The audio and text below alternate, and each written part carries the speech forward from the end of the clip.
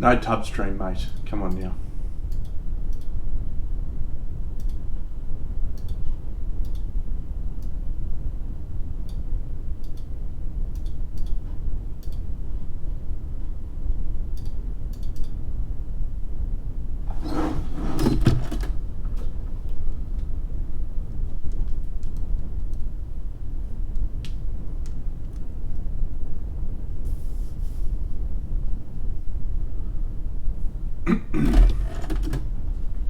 Maybe one day.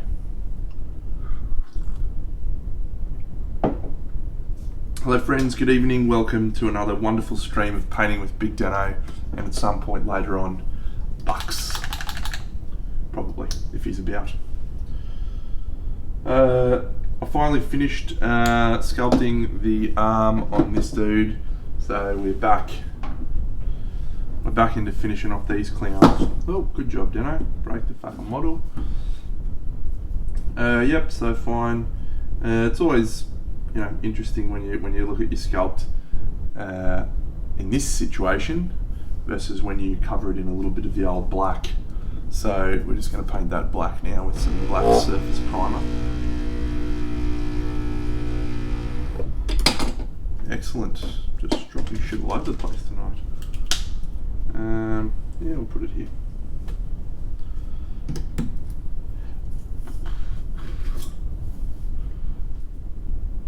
This is the Airbrush Vallejo primer. So it probably won't cover all that well, but one or two. We'll do a second layer in a bit. Tend to find that your sculpts usually look better after you cover them with some paint, because you're not seeing that disconnect with the different colours. If they don't, you've probably done a shit job sculpting, which is a strong possibility in this instance, but we'll make do.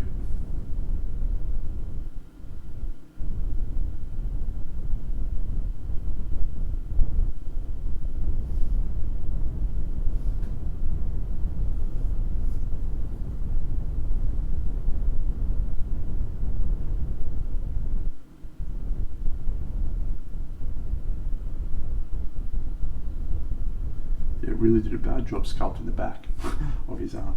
Fuck me. That is some 10 out of 10 dog shit right there.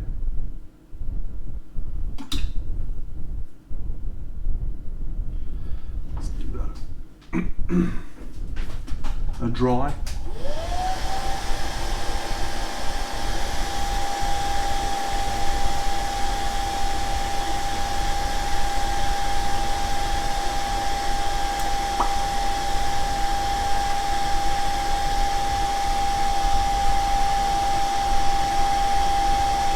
Went for a run today, feeling pretty good actually.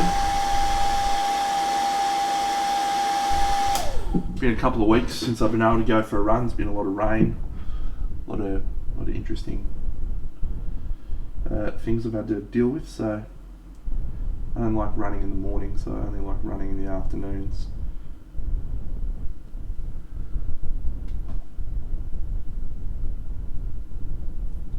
Look at this. I wouldn't even know that wasn't real. People aren't even gonna know. Don't tell anyone, right?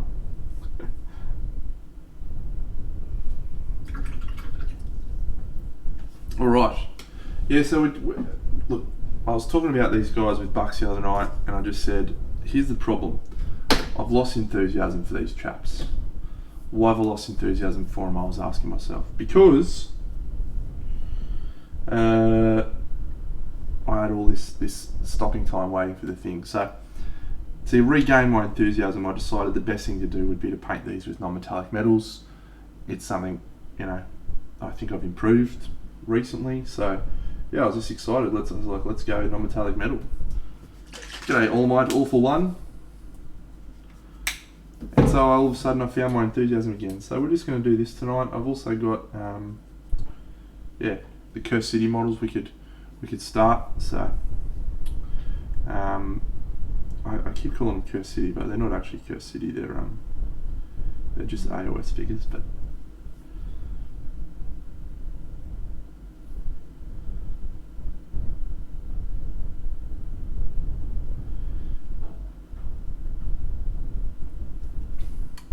yeah, so we're just going to have a bit of a muck around tonight.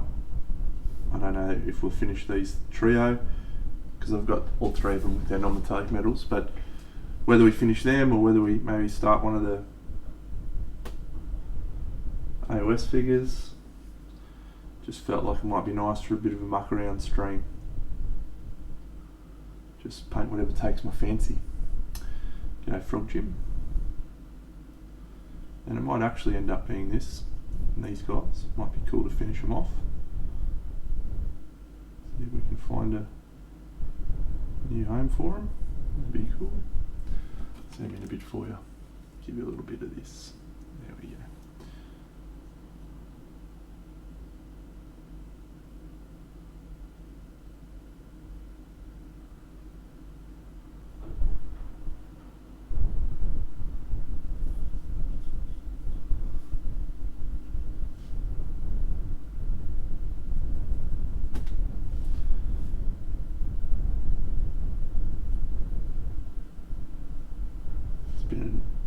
Interesting day.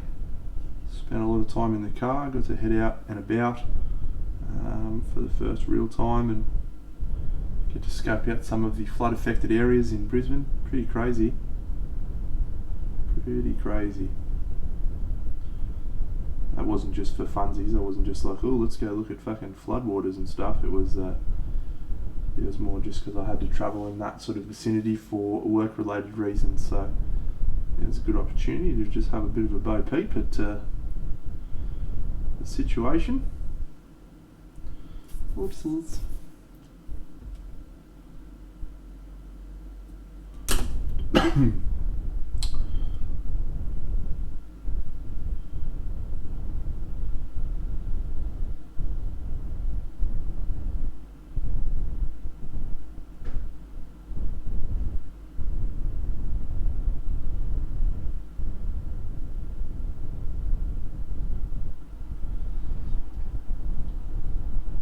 When I'm doing non-metallic metal, I always find flat surfaces the most challenging.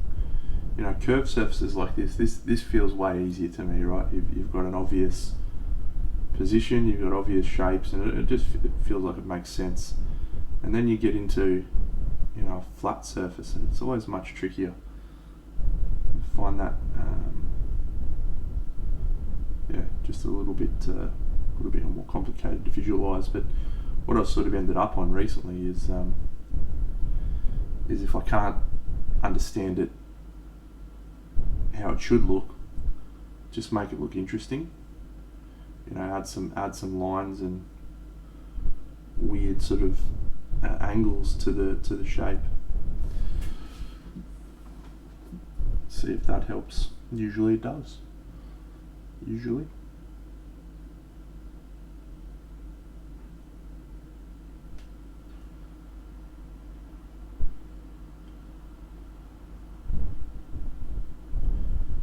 Anyone following along at home with my Expanse journey? Currently halfway through season 4. Finding it quite excellent indeed.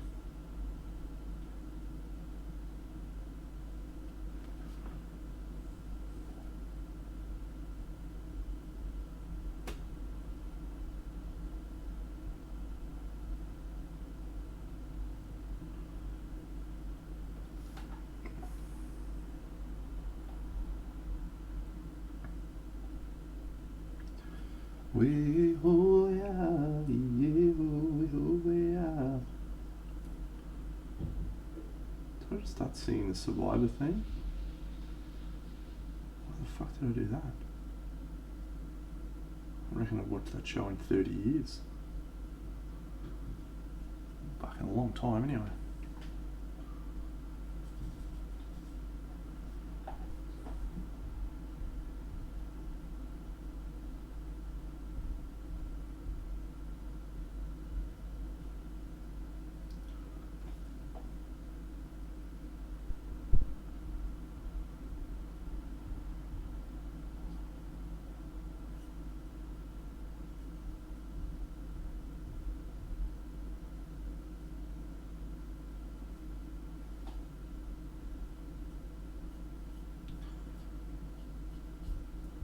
So yes, I released my glorious diorama pictures to the world yesterday.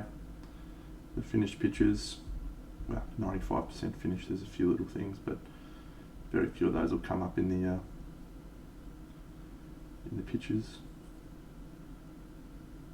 Always an interesting feeling putting a project that you've put a lot of effort and time into out in the public domain and opening yourself up to receiving feedback.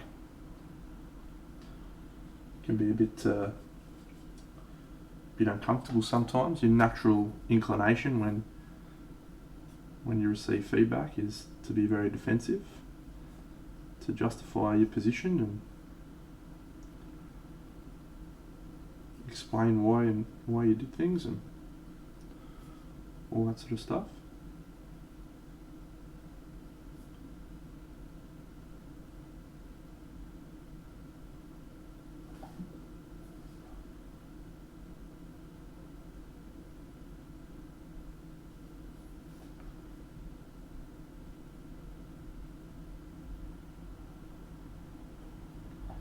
But yeah,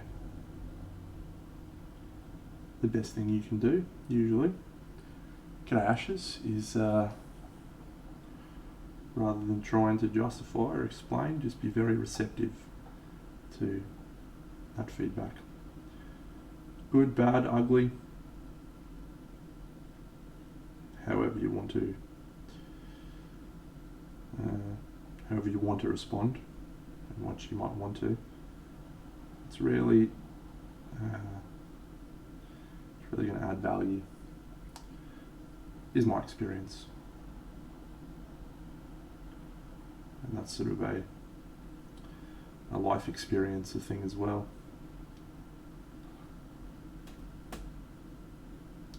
Anytime you find yourself trying to justify why you did things,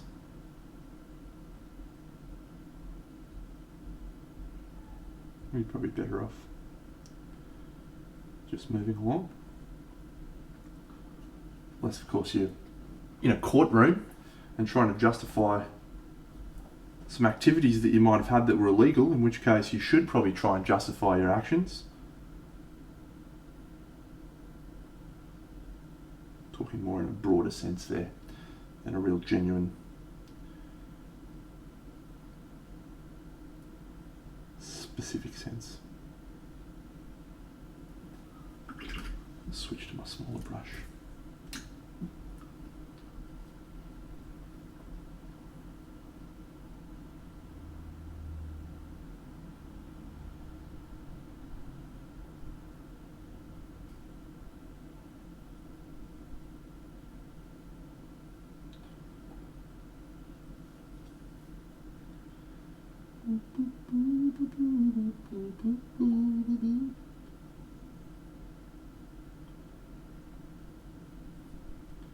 I am singing Survivor. It's so weird. Yep.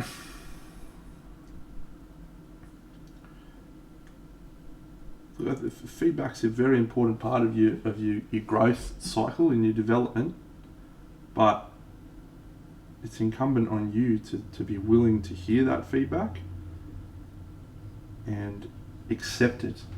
Now, whether you choose to listen to that feedback and action it, and make decisions based on that particular piece of advice, that's the decision that you have.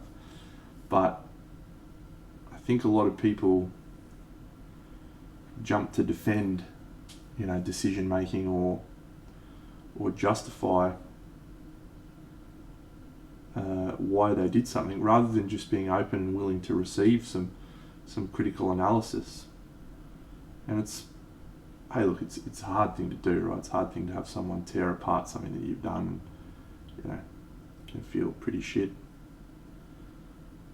But yeah, Nicky Jaguar, what's happening, mate? What a great day we've had.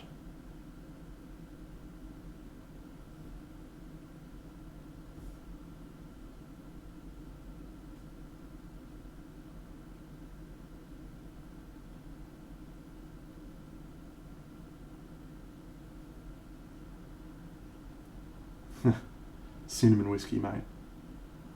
Cinnamon. but I haven't got one tonight. I went for a run today, so I have no cinnamon whiskey.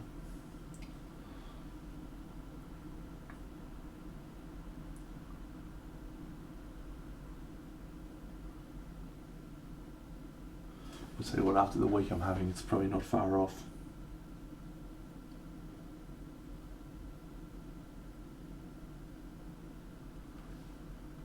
Oh, lovely. Brandos.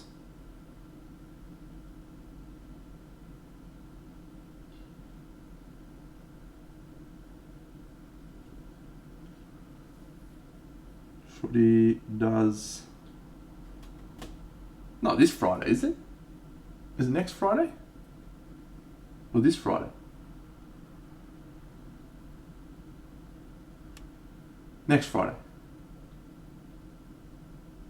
What is this weekend? Is it really? Is it 2 days' time? Are you shitting me? Is it starting the 4th of March? G'day, Paul. Yeah, no, it's next week, mate. Thursday 10th is the first match. You peanut.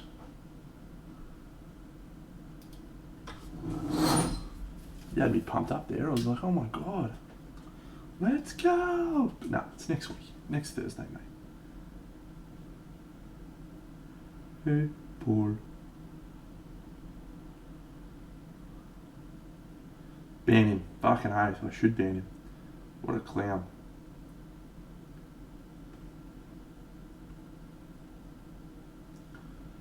Fucking behaviour like that.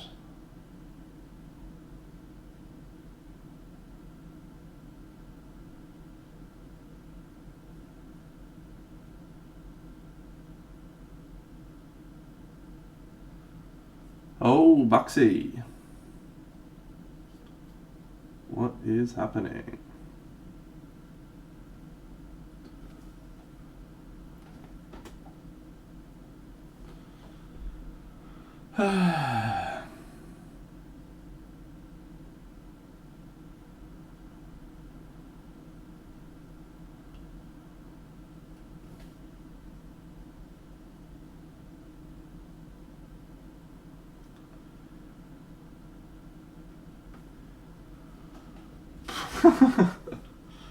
Deno Leaks is an imaginary website that Nick and Jaguar made up to try and give away facts about Big Deno.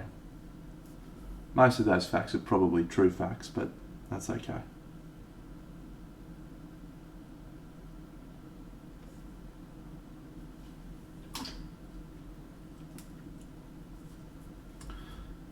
The maniac on the floor. She's dancing like she never danced before. She's a maniac on the floor. I was thinking about doing a Deno Fans.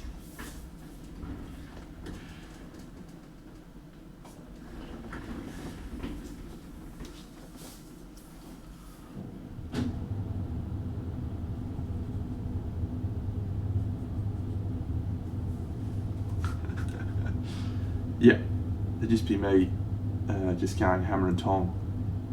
I don't know that people want to see that.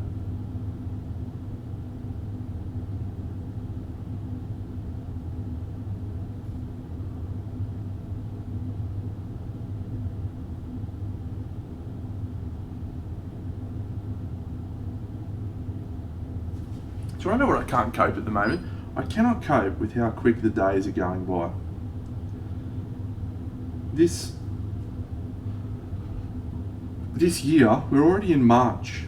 It just is outrageous. Absolutely outrageous how quick the weeks feel like they're going.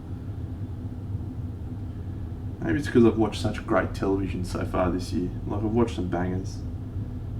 Arcane, The Expanse, Titans. What else did I watch this year? I feel like I watched some really good shit start of this year. No, never tried them, mate. A Skoda, a Reserva. No, never tried them. I'd be willing to give them a try if I ever see them available for sale somewhere.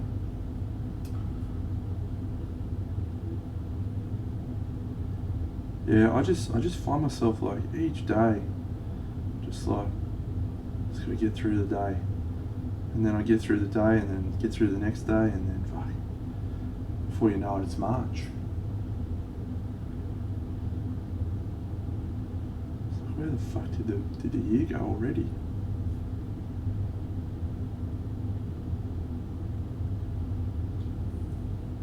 Okay, cool. Yeah, that sounds good. I mean, I like. I used to like Winsor and Newton, and then they went to shit, and I've been using these Raphaels ever since, and they've been fine. But I do find them not snappy enough in general. Although I wonder if I'm pretty much used to them now, that I would notice the opposite problems. I think things are too snappy, like my comebacks. Oh, imagine the little guy. Oh, he's been really happy this week. My girlfriend's again been working from home because of the flooding. So she's been at home all week, and he just thinks it's the best. Okay, this is interesting to me.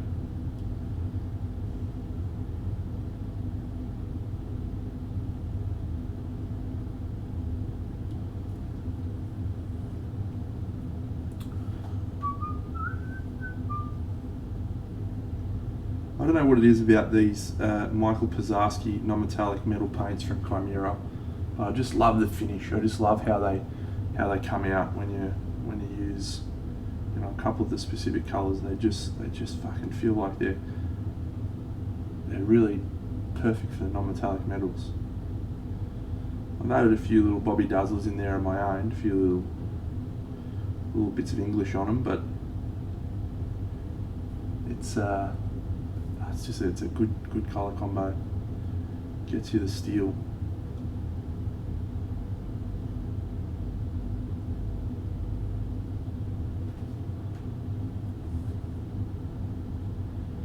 I feel the need for steel.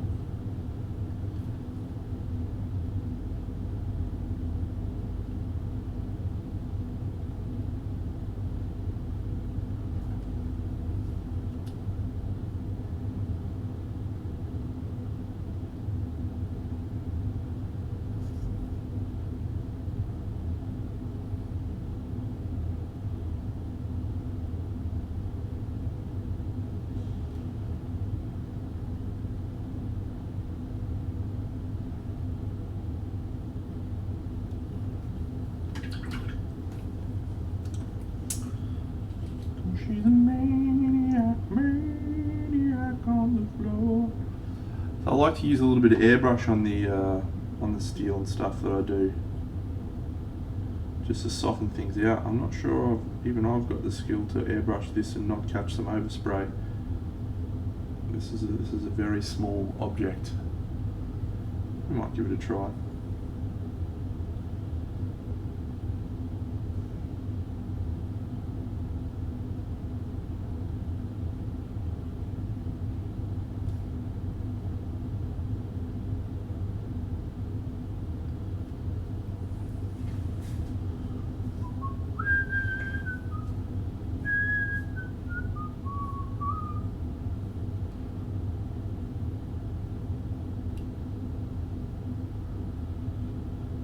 I was really enthusiastic about these figures when I first got them, and I jumped straight into them. And man, that losing the arm piece really killed my vibe. I was on quite a roll, and I was really enthusiastic about them, and then I just feel like I've lost my way, and I always really struggle coming back to a project that I started a few weeks, months, potentially years. I've got a couple that have been sitting there for years up there.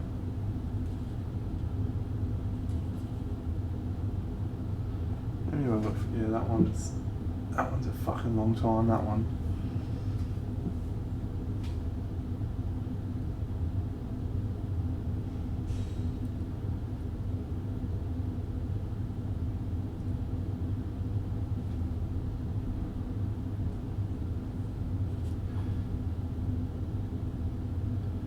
this one's, what, probably 3 months or something that I haven't touched these. That's a long time to try and come back from.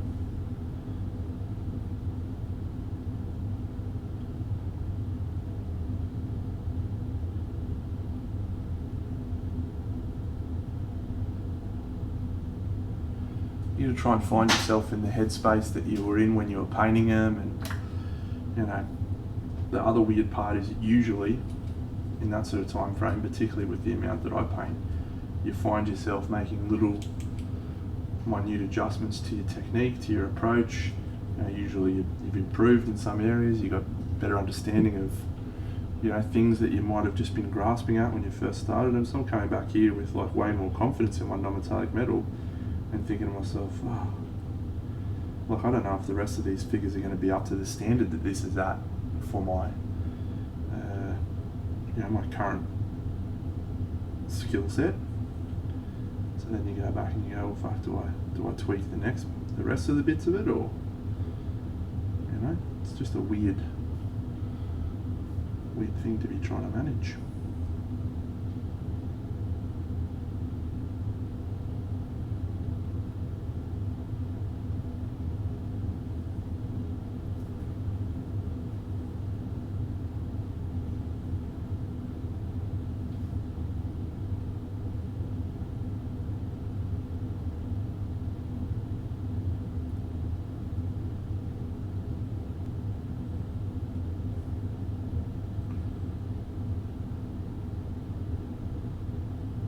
Right, so a couple of aesthetic choices I've started to make recently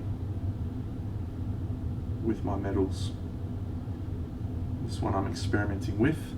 I've started using light flesh for my highlight colour instead of an ice yellow on this area. The reason is light flesh is a colder colour. And so when you have this steel, it tends to be, you know, quite cold. And then you come and you bring in a warm yellow into it.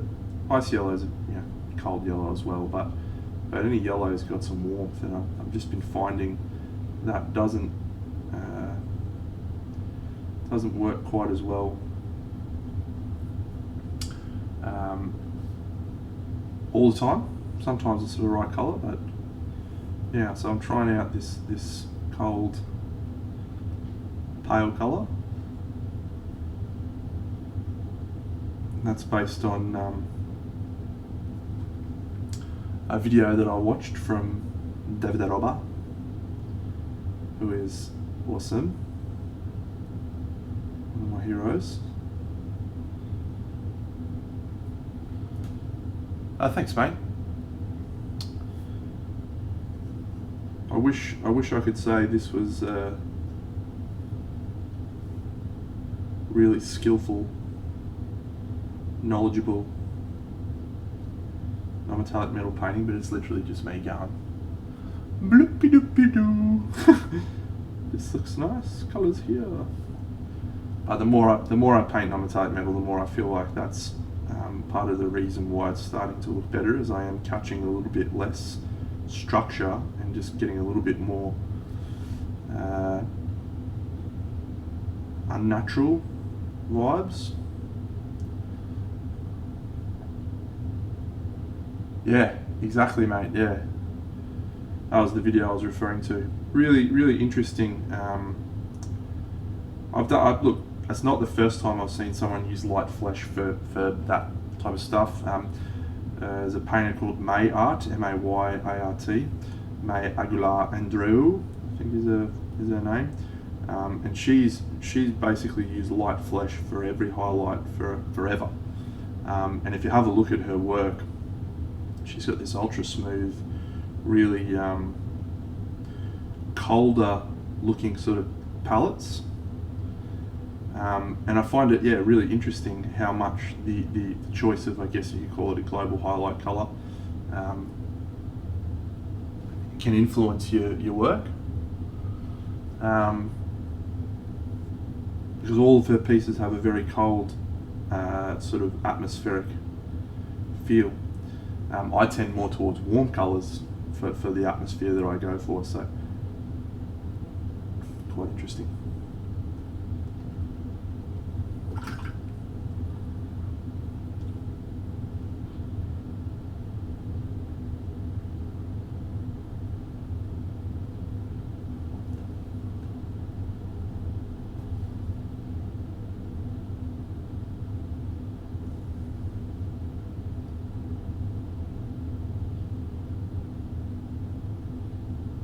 Maybe you should let me love you. Let me be the one to give you everything you want and need. Baby, good love and protection. Make me your selection.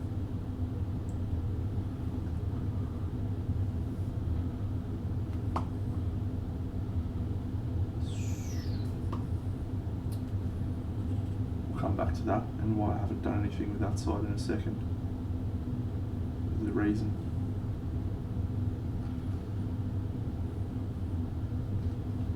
So one thing I'll say after releasing the big project into the wild, which many of you won't be as big a deal, you've all been watching me paint it for the last 2 months, month. Sometimes when I finish a project like that, I lose my enthusiasm, I'm just like, oh fuck, I need a break. I feel the opposite way actually after that. I sort of feel invigorated about being able to paint some different shit, which is a cool feeling, especially after I was expecting to come back and be a little bit on the downside. So it's a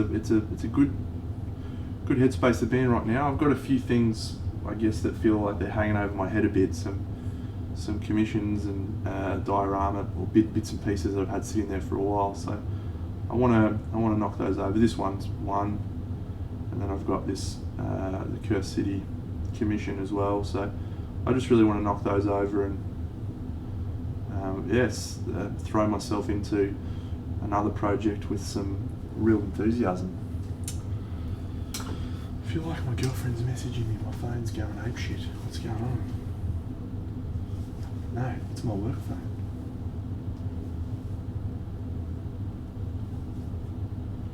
Why's my work phone going off?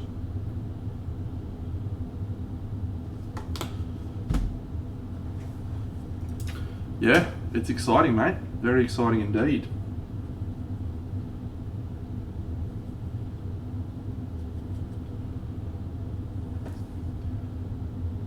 Which gets hopefully gets you pretty pumped up, given that our project will be not far behind that, hopefully. So I'm going to do the talk thing in bronze and this thing in bronze. So we'll just do some little cheeky highlights, little Bobby Dazzles. Boom. Boom.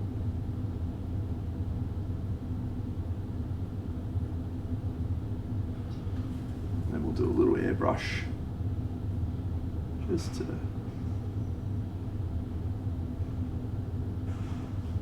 smooth things out a bit.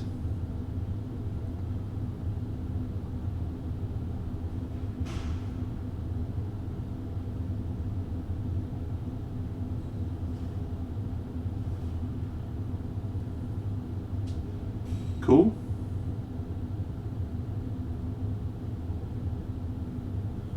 Yeah, I reckon probably 2 weeks, maybe 3 weeks, and I'll be ready to roll.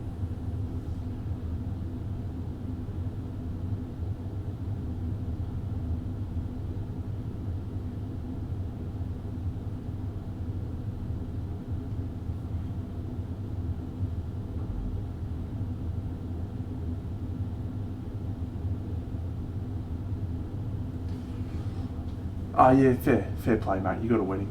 Yep. Well, let's give it a bit more time then, mate. How about you just tell me when you're ready?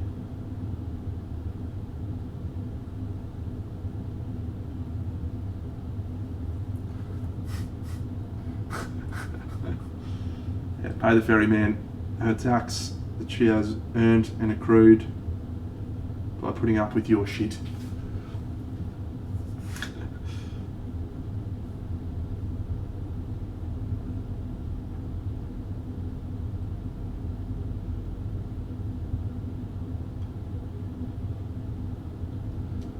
And this is what annoys me about this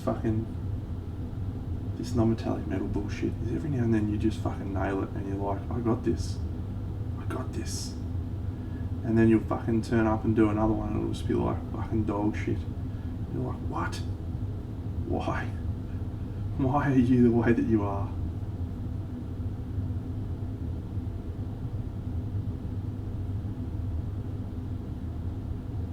Fucking non-metallic metal's Toby. It's fucking Toby from The Office. I hate so many things about the way that you choose to be non-metallic metal. Alright, I'll just give you a bit more brightness, so yeah, looks okay. Switch over to my little brush. Boom, boom, boom. I want you in my room.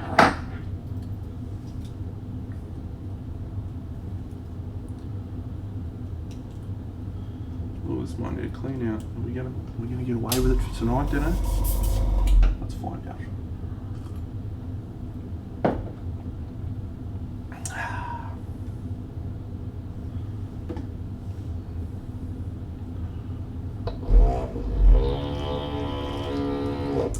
Katsuru Otoko. How good's Miniacs Kickstarter going, friends? For those wood elves on fire. $200-something thousand. I think my paint jobs contributed a large portion of that. I should be entitled to a cut, I think. What do you think?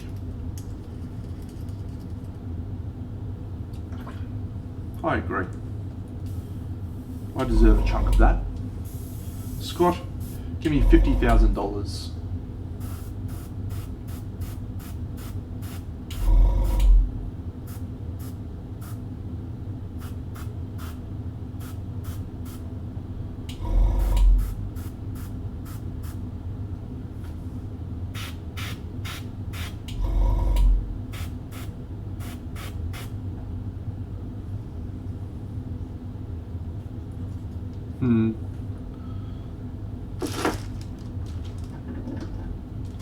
My friend Gav, who is actually, he's a twat most of the time, but he's got some good skills actually. One of his skills is this. When he does airbrushing, he uses little bits of cardboard like this to block overspray. It's very clever. He is actually quite a magnificent airbrusher.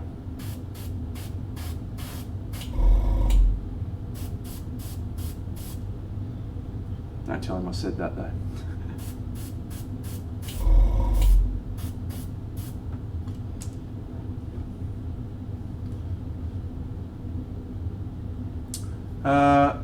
That's off-white.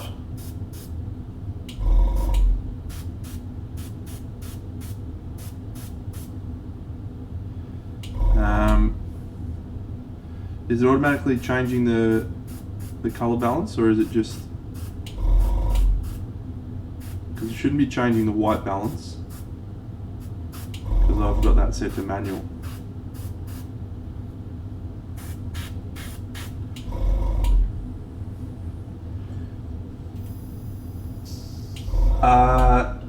The colors I tend to use for steel are usually a greeny grey or a bluey grey, and then grey, and then white with some variations of colours. I usually am... interesting. Wonder if that's a function I can change. Little tweaky contrast. Let's actually go with a green, Dark Angels green.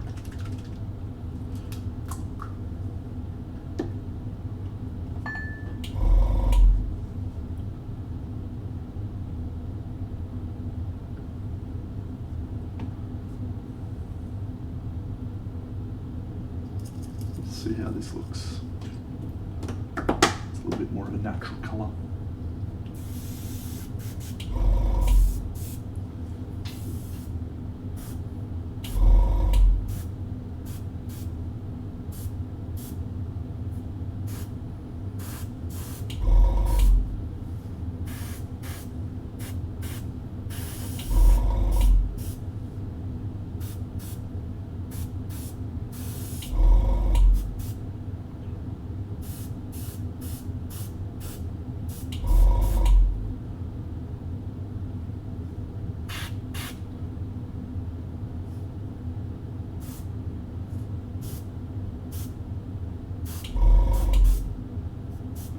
Thank you, mate. Came out alright.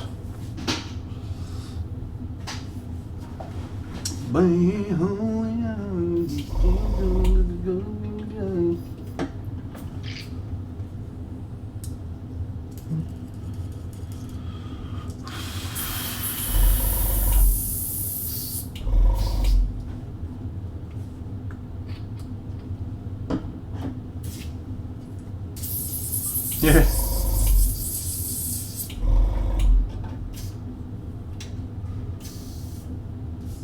Yeah, no, it's fun to just add a few little splashes of extra airbrush, you know, bits here and there. Definitely helps to harmonise and just create a little bit of interest.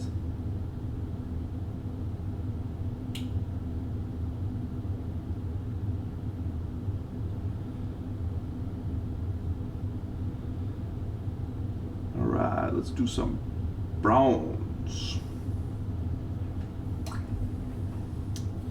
So I got this colour out, luminous orange. I'm not sure if it's meant to be fluorescent or not.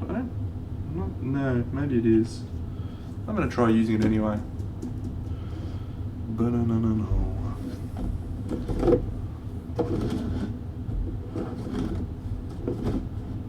Alright, so I'm going to show you what I'm dubbing my patented non-metallic metal bronze technique right now. This is a world first. You're getting to see the process from start to finish. I did do it the other night as well, but this is the first time I've done it and explain what I'm doing. If I can find my fucking light orange. You fuck. Where did I put you? This is my problem with my new approach of where I'm putting these colours. You fuck. Fucking purulent yellow, I don't want you, you fuck. Yes, there you are. Alright. Great. Yeah, they've got a fluorescent orange and I've got that. So I don't know what that is, but it looks nice. Might give that a little bobby dazzle. Bye.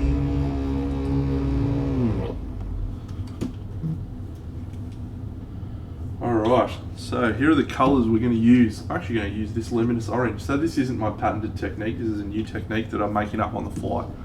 How unusual for me to do that.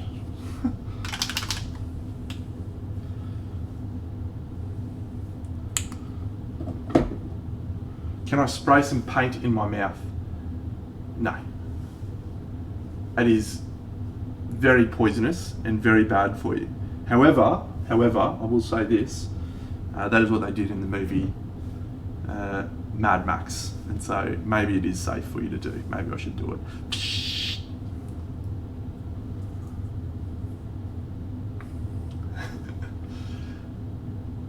I understand.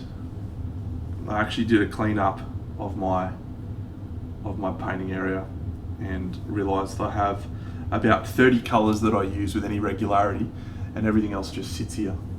It's great. Fucking love it. Alright, so bronzy boys. We'll start with this dark red, but I'm actually going to make it darker and add some black to it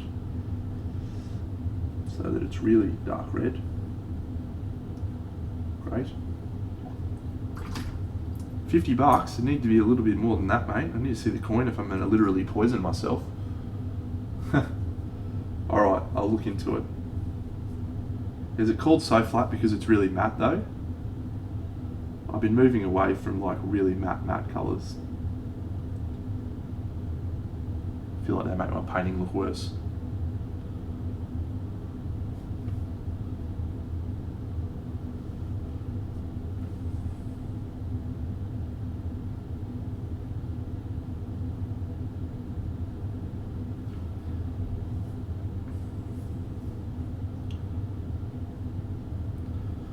Alright, let's go.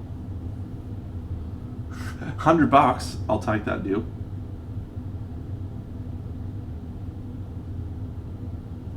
Alright, I'll spray paint in my mouth. You stop joining the stream and I'll pay you $50. How's that sound?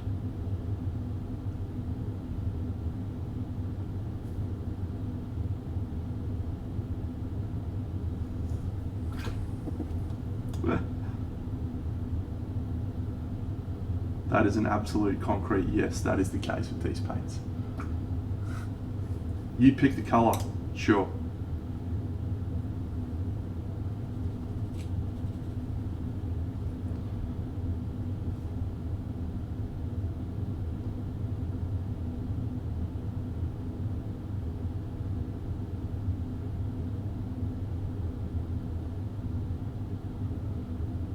Blue.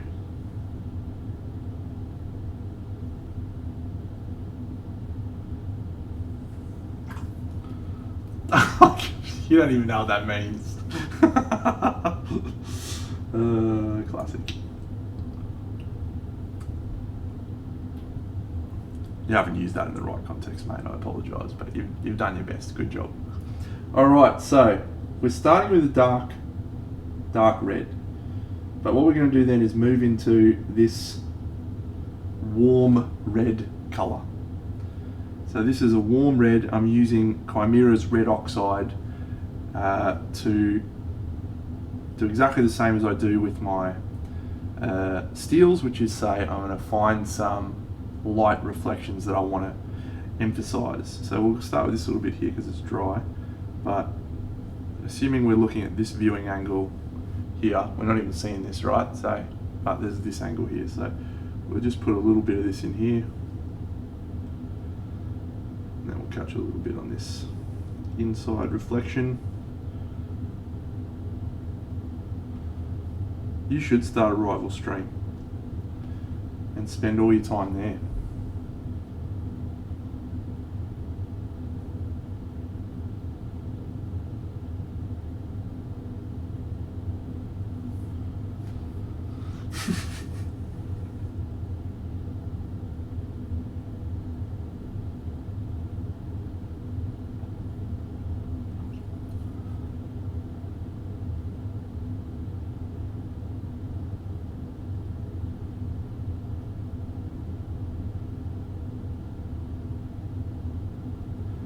So far, with my limited experience of bronze, and it genuinely is very limited, I've done it like twice, it's much like every other non-metallic metal. The high contrast is what sells it.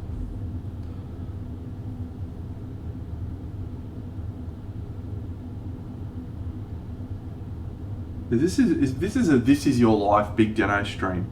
I might have to cancel my stream to come and watch yours. That sounds great.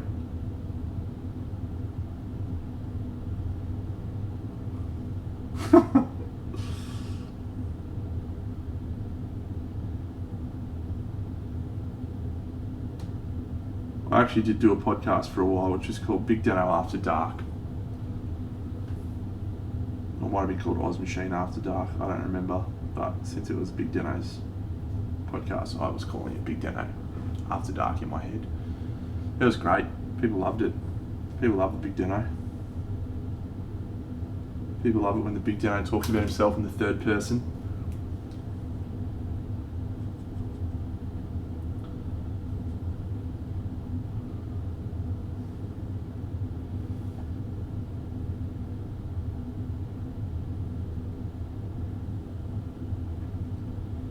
Let it go, let it go. Can't hold it back anymore. Let it go, let it go. Turn away and slam the door. I don't care if you're starting your stream. Let the storm rage on. No one ever listened to Nick and Jaguar anyway.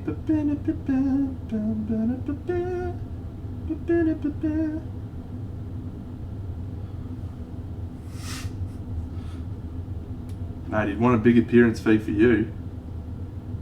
Get his money's worth.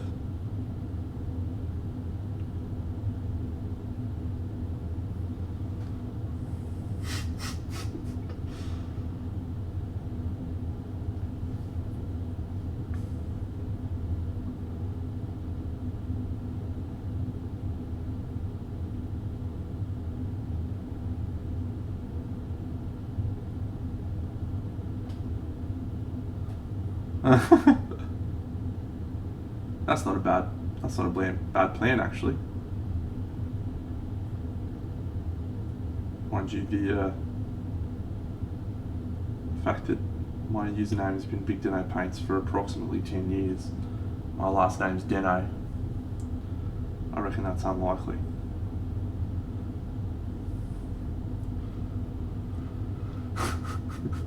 Toss a coin to your Deno. Oh, valley of plenty. Oh, valley of plenty. I feel like it is a fluorescent colour, you know. It's reacting the same way a fluorescent colour reacts.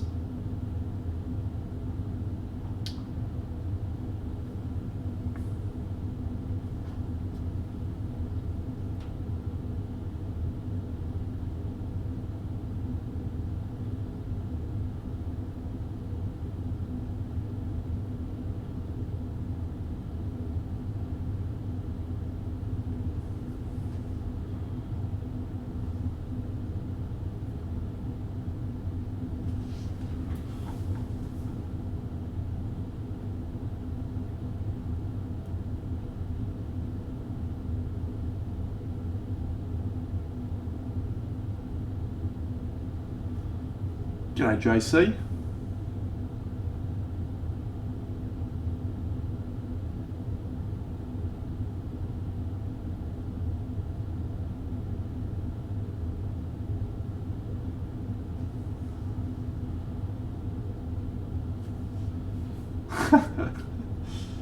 Nicky Jags is on a recruiting crusade tonight, mate. He's decided to set up a rival stream that runs exactly the same time as mine, and see if he can get as many guests from my stream to come and hang out on his. It's a good plan. The biggest problem, he's got is he's got no charisma. So, don't know how many people will stay around listening to him gibber about fucking dad jokes and whatever else he fucking wants to gibber on about. It's an unhealthy obsession with the Victor Nielsen, I'll tell you that much.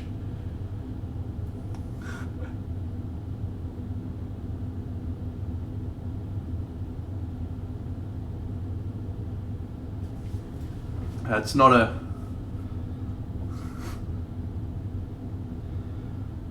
bad approach to the old traditional non-metallic metal, if I can be honest. Quite partial to it myself.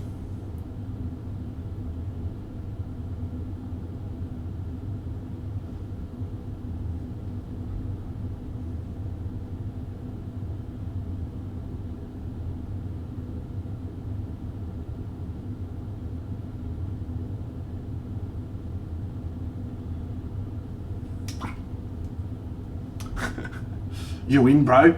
Yeah, get in.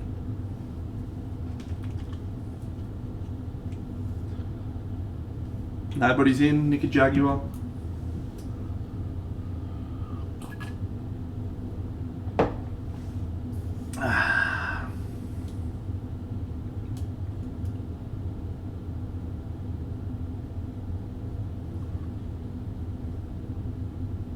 Little life lesson for you there, Paul. If you're good at something, never do it for free.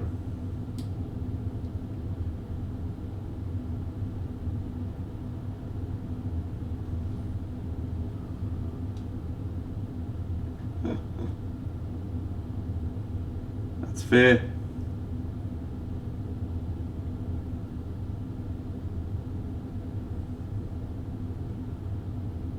I wish you all of the luck on your stream, Nicky Jags.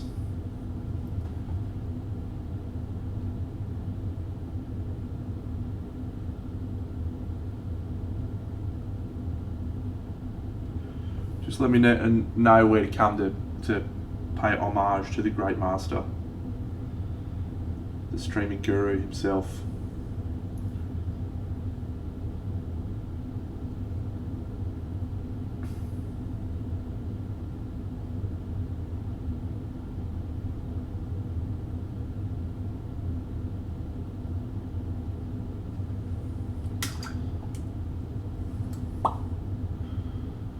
Come give me a tune.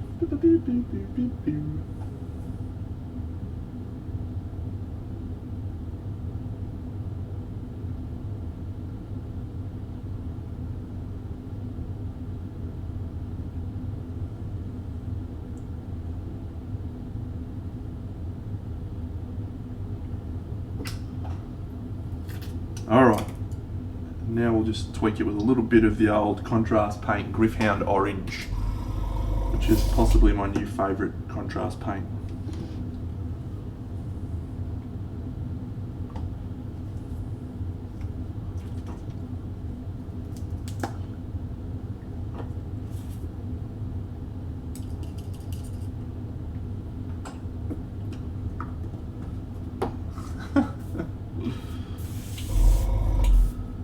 Nah, people don't watch it on YouTube, mate.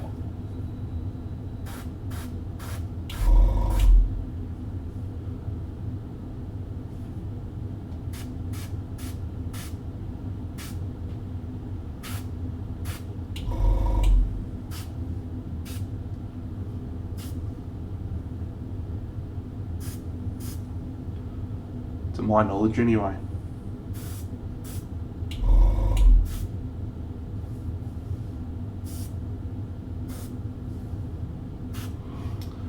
Oh, Bunny! 11 months! How wonderful to be able to share 11 months with you, Bun.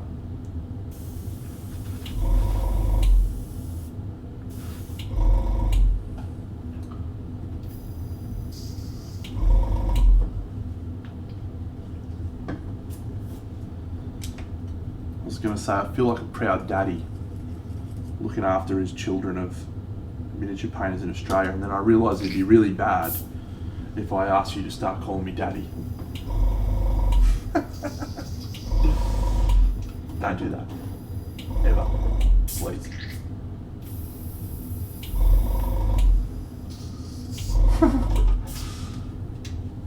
His chin is asking for it, mate. People have been saying that about me for years. No. I think we'll call that a day. I'll just leave him as is. He's done. Let's go do this pipe dreamer. With my arm sculpting, my magnificent sculpting arms. What a magnificent performance that was from Victor Nielsen. I've got no fucking idea what colours I use to paint that guy's skin. I'm gonna have to look at him later. I have indeed. Let me grab it for you. It's quite a good piece actually.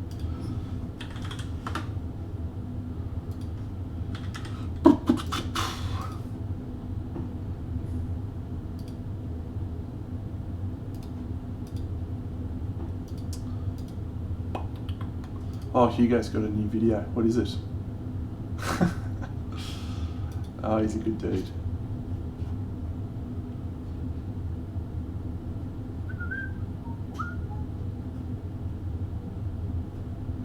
I quite like doing skin patterns and tattoos and what have you. I think it's really interesting to come up with how to do them. And there is one that I did. It was based off a piece of internet artwork that I found. Yeah.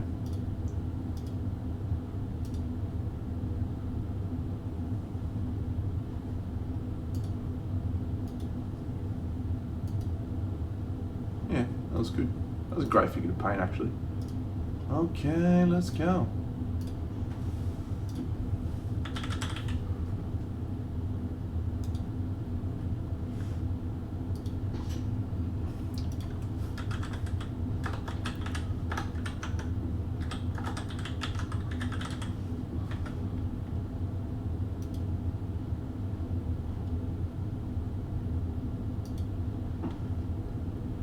Alright, Bucks, it is in the voice chat shit, the link to go to, and the password is giantpenis1, all lowercase.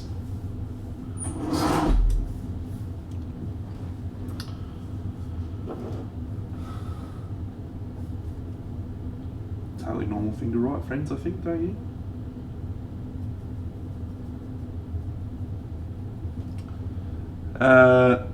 Is that what it's called, Bunny? Tar mocha? Is it changed for ladies and dudes? Is it different for the different genders?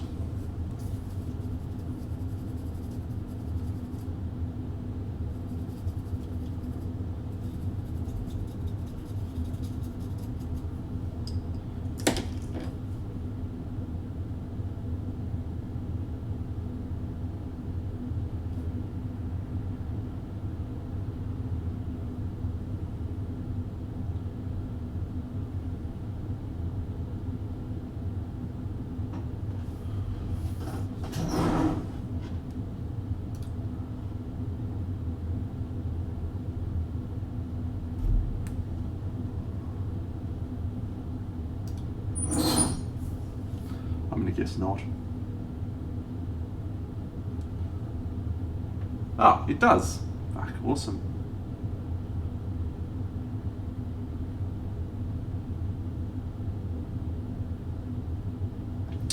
Little known fact about me, I absolutely love Maori culture.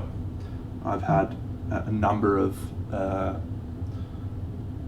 employees of Kiwi descent, and invariably they have just been truly wonderful people, and a genuine pleasure to be around all the time. And yeah, I learned how to do the haka, or a version of the haka.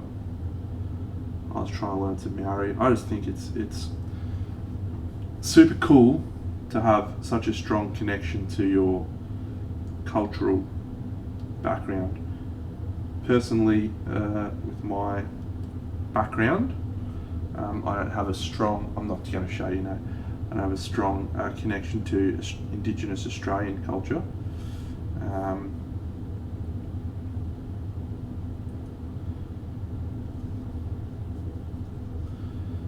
Which is a shame. I'd like to know a little bit more about it, but yeah, I know a fair bit about it, but I'd like to have a little bit more of a connection to it.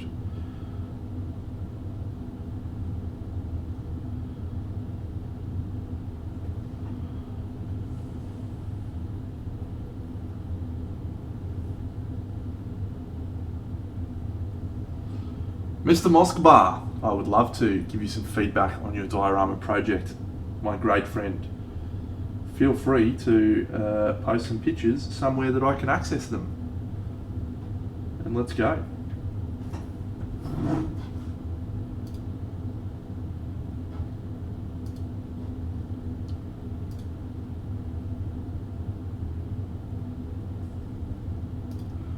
Good on you, Buns.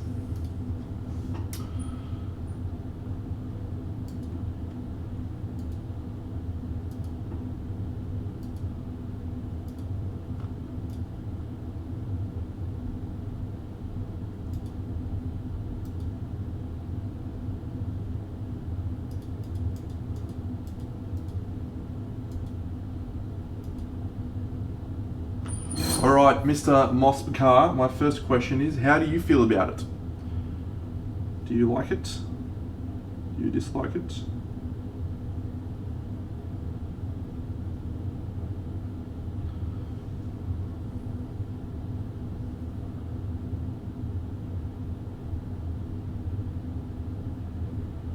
Good.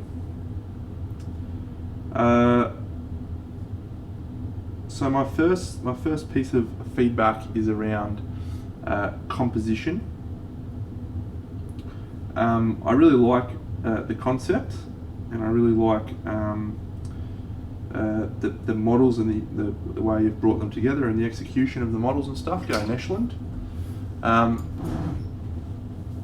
think it's cool to see the dichotomy of, you know, the equipment, the ancient dragon up against the futuristic.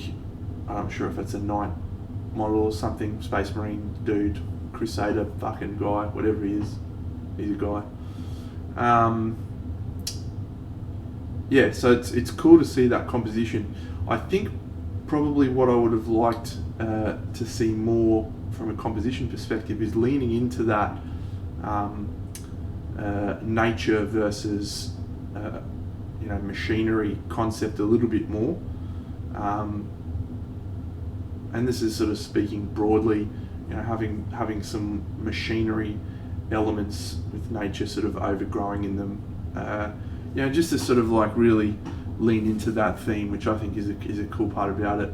Actually, I'm just now remembering I did a 8th grade school project on a robot versus a fucking tree man. That was interesting. Second compositional note, struggling to find a focal point, and one of the reasons for that is the dragon is looking in the wrong direction. You know, is he attacking that guy? Is he just perching on his shoulder and being like, hey man, I'm friends? I'm not getting the story, the concept as well as I would like, because he doesn't have a connection to the rest of the piece. So in my experience, dioramas live or die by the sense of connection that you have between the key pieces. Thanks, Penny. And yeah, the two key elements of this have no connection whatsoever, other than the fact that they're stuck together. So that... Mate. Oh, hey Bucks, you online, are you, buddy? I am, mate. Can I have a refresh, mate? That password is not working. Giant penis 1. Oh, giant. I just had big. I should have known. Yeah. I was too modest. You need to be fucking giant penis 1, mate. You can't just be average size. Big. That's pathetic. Oh, yeah, don't look at that, friends. You can look at that if you want, actually. It's okay. It's the secret background behaviours that we have to get Bucks on the stream. Here, let me turn this off for a second so I can bring Bucks on when he joins us. Yeah, so composition, crucial element of putting together a diorama. My second piece of feedback, just around painting. It's really important that you have a clear focal point. See your knickerjags. Yeah, get in there, mate. Go spread the knickerjag you'll love. Not just from a compositional perspective, but also from a painting perspective. So you need to draw focus where you want it through your painting. So I do like, cool shot, that one. It's a cool shot. I do like the painting as a general rule. I think it's pretty good. But where it's falling down is I'm not drawn to a specific component, because everything's been given the same amount of value, contrast. You know, there's no real, I'm not drawn to a specific thing. And you can do that with your painting as well as with your composition. So, did I fuck that up? Did I fuck Bucks up? No, you fucking... Good night, mate. Very, very amusing. Oh, we lost Bucks. He left us. No, I'm here. Oh, you're not Should on... be. I can't see on the... Oh, yeah, hold on. Can't see on there, mate. I will return. Alright. And last piece of feedback is spray painting your grass tufts. Make them look more consistent with the rest of the story. They look too green. You've got a nice warm palette, and then you've got these bright green thingos. So, but overall, mate, it's really cool. It's a cool diorama. From someone who's done a few dioramas recently, I have great appreciation for that amount of effort that goes into something like that. So, well done, sir.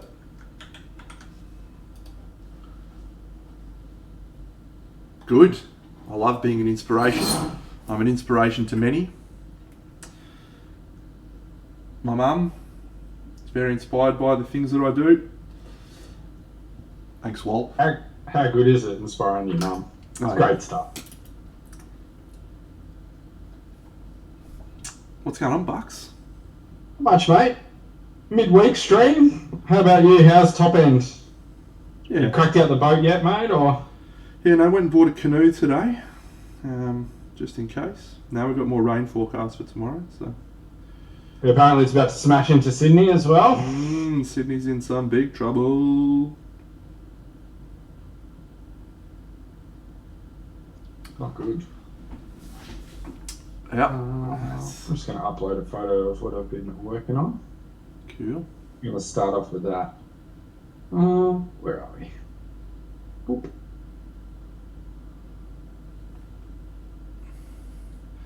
Yeah. I reckon you'll like this. Yeah, Ipswich got pretty fucked, bun. My mum and dad were actually they're jokers, fucking Frank Humwell. They're kidding themselves. They started off on a holiday last week on fucking Thursday.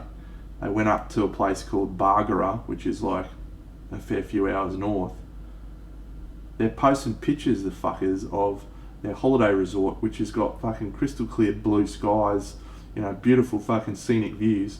And Brisbane's flooding, right? So they're just fucking posting pictures. Yeah, suck shit, fucking how good's holidays? I'm just like, you wankers. And then, because they live right on the river, so they would have been trapped and had a shocker. And then they ended up coming back today. And they went through Gympie. Gympie was fucked. So they stopped in at the cafes there and tried to, you know, buy some shit just to help them out, the locals or whatever. But yeah, they just said it was a fucking disaster zone, literal disaster zone. So, fun times. Hey, Captain Car, what's going on over here? Ew. Oh yeah. Yeah, this is particularly my jam. Yeah, I thought it might be. I'm doing it as the cover art of the 8th edition Codex. Have a little Bobby Dazzle down here. Oh yes. Look at that little subtle fucking purples down the bottom. Get that up here. Love that. And the green, it's right in my wheelhouse. Yeah. Yeah, I'll grab the 9th ed Codex so you know what the reference is. No, 8th ed.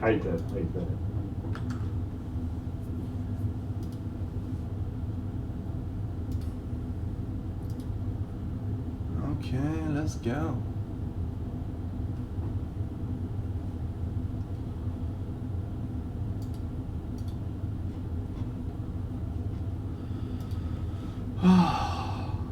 That's gonna be awesome, Bucks. Yeah, I'm feeling it on this one. I think it's gonna go alright. I think it's gonna be pretty. As long as I get the red right, and we're doing all of that, by the way. I just linked the image. We're doing every bit. We're doing all of the directional lighting. Oh yes. Yeah. I love that. That'll be fun. Yeah, no, that's good, man. That's a good start. That'll be an interesting paint. I do love Eldar models, though. Yeah, something about him. I was talking to a guy earlier in the week and just talking about how, I don't know if it's as you get older or whatever the case may be, but Eldar just starts to appeal to you. You know? It's the aesthetics, mate. It's like elves. Everyone starts off going, elves suck. Ponces, look at them, all of them. Knob ends. And then as you get older, you're like, wow, I love the clean symmetry of the elven lines. Just magnificent. It's true, right? I just love the smoothness and Oh. texture is choice, and today I'm not making that choice. Look at the subtlety of those shapes. It's like nature's perfect design. Just magnificent. The convex and concave is just outstanding.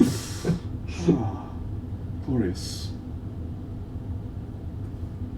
But I've got to get the red right, which means I think I've got to go through orange, and then I reckon I've got to dip into flesh tones and then pull it back down with a red ink. What do you reckon? Oof. Well, when I do red, I usually go just straight white. I just go up to pink and then come back with the red. But yeah, when I'm trying to be real serious with red, I do go into flesh colours and oranges and yellows and bring it up that way. So, Paulie's a dwarf lover. Well, you're getting in with good company here, mate. Benny's also a dwarf lover, and one of my best mates, Koki's also a dwarf lover. Anytime there's a dwarf that you can play in any game of any description, he's like, I'll play the dwarf. Dwarfs and tree people, he just froths over them. What's your favourite of all the races, all of the classic fantasy races? What's your absolute favourite? Do you have one? That's an interesting question. Well, if I go back to my Dungeons and Dragons career, I have generally played two things. I've generally played dwarves and half orcs. But the reason I've played those two is because statistically they provided the greatest benefits for longevity for your characters. So I don't know that I'm the best person to be assessing my favourites on, because that's what I based it on. But no, I think I would... Queue up How Do I Win the Game? That's what is my favourite. Yeah. I would consider myself a fantasy lover, mate. I love dwarves, I love elves, I love orcs. I love them all equally. With the obvious exception of those little fucking gnomes. Those guys suck. Why do you hate gnomes? I'm playing a gnome in my current D&D. I don't know if I can have you the on best one. I'm playing a barbarian deep gnome with wild magic. I don't know if and basically I just run it shit and go off tap. It's great fun. I don't know if I can have you on this stream anymore, mate. This is unacceptable. You can. This is about challenging you, and open you up to new things. I don't need to be opened up to gnomes, I'll tell you that much. Let them in. No, so here's why I don't like gnomes, alright? You ready for this? Yeah. Is it? Yeah, go. They're just halflings and dwarves fucking smushed together, mate. They got no fucking real reason to exist. And also Kenda. From the fucking Dragonlance series. Hated him? Nah, well... I haven't read that series. Kenda's a race in... okay. In Dragonlance, and they're sort of like halflings, and there is gnomes in Dragonlance as well, but Kenda are like shit halflings. I just yeah. And anyway, so I've just hated gnomes ever since. That has no real reason, justification other than they're fucked. Actually, okay. Let me tell you the real reason, and it is because of the dwarf and fucking halfling thing, but. I like my fantasy to be fantasy. It's the same reason I don't like monks, right? I don't want a fucking Eastern fucking fighter in my fantasy world, right? I don't want monks. I don't want inventors that are making fucking weird contraptions and blowing shit up as well, right? There's the two of the same. I conflate the two things to be exactly the same. Monks, gnomes are just a travesty against nature. And of course, the last time I ran a D&D game, the first guy was like, I'm going to do a fucking gnome monk. And I said, you're banned from the game, and I shan't be playing with you ever again. And I have never spoken to him since. Brutal. A brutal cut. Friendship over. Yeah. Well, I have to disagree with you, mate. The gnome's great. No. And Bun did raise a good point, I think. She is the size of a gnome. Yeah, but she doesn't have the personality of a gnome, mate. She has the personality of a dwarf, maybe? No, she's the personality of a half-orc. A half-orc, is that what you just said? Just goes off tap, mate. Just fucking absolutely cut sick.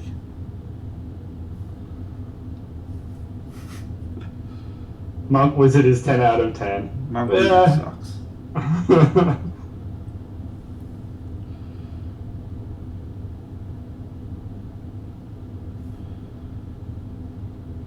Yeah, so I was saying before, I know you're on for it. I'm pumped for new projects, man. I'm feeling it. I'm feeling it. Yeah, I think it's awesome that that's how you come out of it. I could see it going one of both ways, so I'm glad it's come out that way.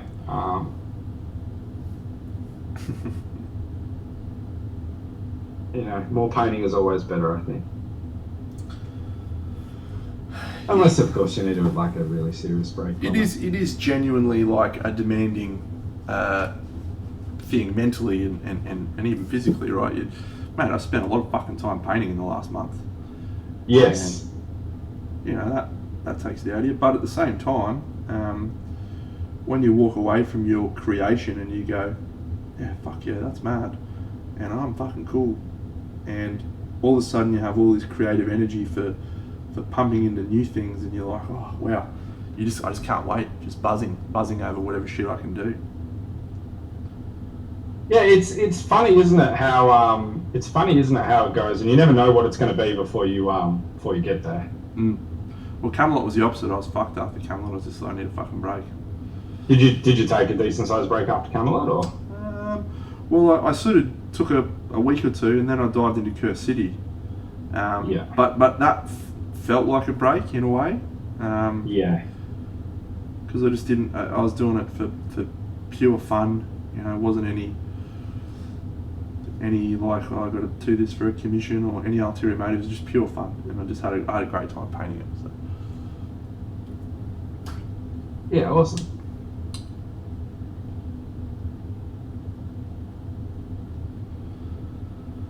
Oh, I think I'm going to paint an army soon, eh? Really? Yeah. I haven't done it in a couple of years. What army? And I think there's some skills there that are always fun to keep active in the wheelhouse. So I will tell you this for an absolute concrete fact. One of the reasons I am as fast at miniature painting, display painting as I am, is because I used to paint armies a lot. Yeah. So, yeah, I'm supportive of the approach, but I don't know if I've got the mental willpower to continue pushing away. Well, that's probably a lie, mate. I could probably do it with my eyes closed. I think you could do an army, no problem. I just think the correct motivation hasn't come along for a little while. The Eldar, eh? Yeah. Oof. Yeah. Can't say I disagree that much. Every now and then I do get urges. Like, I do think to myself, oh fuck yeah, it'd be mad to put together, like CHK is often one of the times I'm looking at CHK stuff and I just go, oof, man, how good would it be to paint like one of those fucking goblin armies? That was mad. Yeah, absolutely. I think another guy that caught my eye recently on Instagram was, I think he's called Fletcher Paints. I think he runs a little YouTube channel and stuff. He's got a decent sized YouTube channel. He's got a pretty big following. He's got a lovely Tau army that had just crossed my eyes recently, and I was like, yeah, why not? You know, like it's something that I've never like fully delved down. I've only painted 3 or 4 armies fully over the years, with quite a decent size gap between them as well. So, and I haven't really tackled something like that since I've started to take painting a lot more seriously. So, where I struggled, particularly towards the end, was you reach that point with, you know, colour where you're just like, I am so fucking sick to death of painting this fucking colour right now. Yeah, that's very true. And that's where it could all fall down for me. You know, I could get 2 or 3 units in and go, you know what? Nah, yeah. Not it. But we'll give it a go anyway. Yeah, it's cool, man. I'm excited. Good time to do it. No major competitions on right now. No. I'm wondering if MPO is going to come again this year. Probably.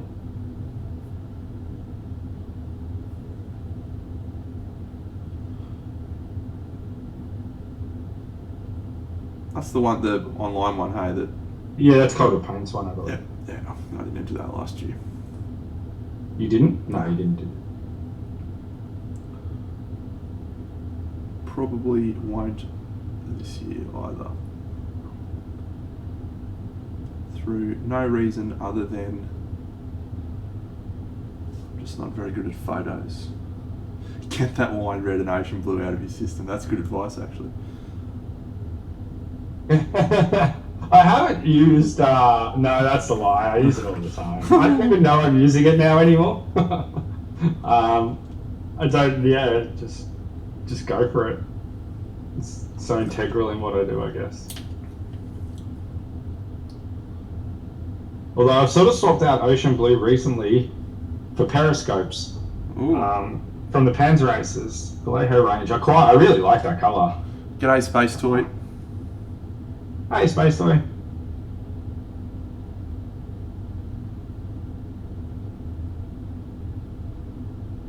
Which is just a darker version, really, of ocean blue, right? So, like, we're really not getting crazy.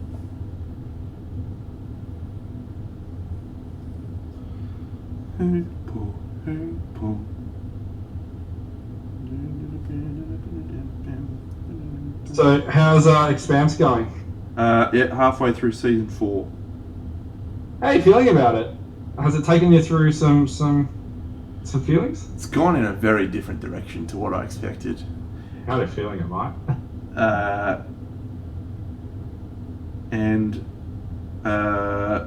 Yeah, to not say too much because there's a mate of mine who may be watching who's currently going on the journey with me after I recommended it to him. That I've started to get almost Star Trek vibes. Okay. Which isn't a bad thing. But yeah, it's just gone in such a vastly different direction. And I am loving it. I think it's the best show I've watched in the last few years, for sure. Oof. Arcane was hot up on there for a month. Well, so I think Arcane is a glorious achievement in television. You know, the graphic style and you know what they achieved with a cartoon. I'm absolutely blown away with. But The Expanse is just great storytelling. Yeah.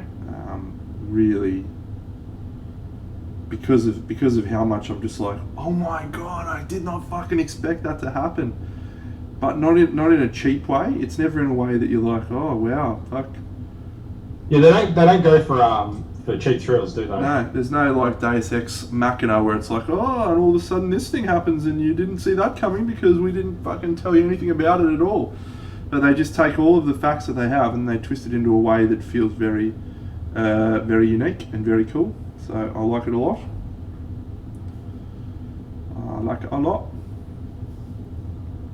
I did enjoy season 3, Ben. Season 3 was glorious. So much so that I unfortunately was watching it with my girlfriend on Friday night, and we got to the finale, and she was like, "I'm real tired.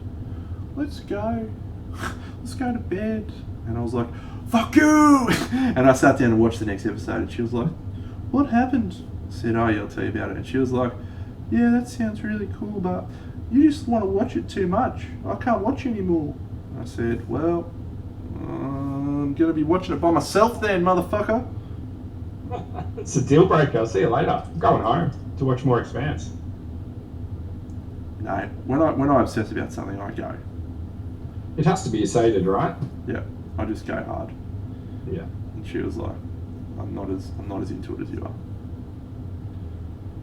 Which is a blessing in disguise, because now I am getting to watch it at my pace. You're breaking free. Is it worth skipping season 1 of Expanse? I don't think so, mate. No. Season 1 grabbed me by about episode 4. That was when I started getting really into it. But it's one of those shows that just sort of throws you in the middle and expects you to, you know, just pick up knowledge along the way. And yeah, some people don't immediately enjoy that approach. So I can understand how it might not grab people on first watch.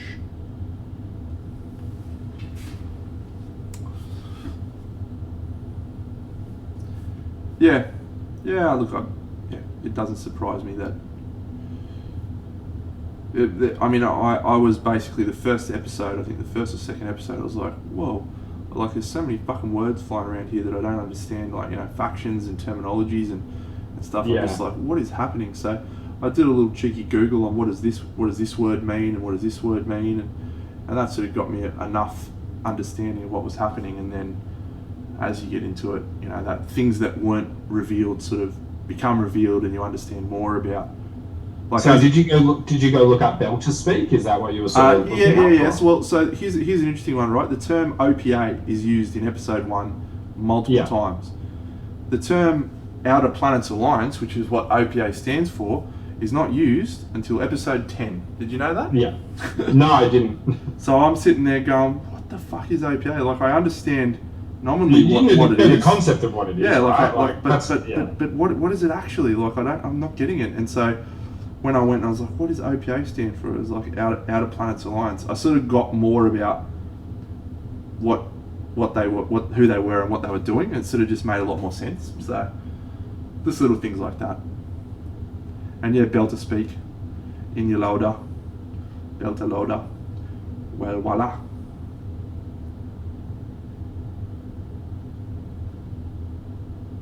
Yeah, I not know what any of that means, but chalk it up to just Belter language. Belter loader means a Belter person. In your loader means an inner person. Yeah. Yeah. But I'll tell you one thing that I do, which I heartily recommend for pretty much every show that I watch these days. Man, I just put subtitles on. Fuck yeah. It makes such a difference. You like reading it and you're like, oh, like I understand the words they're saying. Sometimes they say weird shit. You're like, what? Yeah. It sounds like a whole language at times. Well, it is a whole language, mate. Yeah. Well, you get my point though, right? I Like, do. you don't know what the language is, so yeah. Like an invented language, I guess. Like.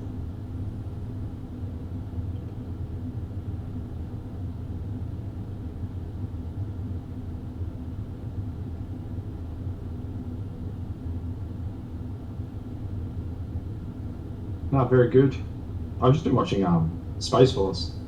Oh yeah, have you finished season 1? I haven't finished so. Yeah, I think we got close to it anyway. I sort of dip in and out a lot. So. Yeah, I haven't watched all season 1 yet, but I sort of was like on the fence about it. There was some funny bits, but it felt a bit forced. Gauls singing Kokomo was pretty funny. Yeah, that was quite amusing. Yeah, every now and then they'll do something and I'm just like, oh, that's gold. And Steve Carell's funny and John Malkovich is funny, but for some reason they don't quite land all that well together. Okay, I thought they were doing all right together. Yeah, I think I've watched like 10 episodes or 12 episodes or something, and it just hasn't been my favourite show. Maybe it wasn't 10, maybe only 6 or 7. Fuck, can't remember now. All right, All Might for one. Goodbye. See you all, mate. Goodbye, England's rose. Do you ever grow in our heart? You're actually French though, and your real name is Thomas. And it seems to me Thomas lived his life like a candle in the wind. G'day, Snick son. Haven't seen you in forever, mate. How you going?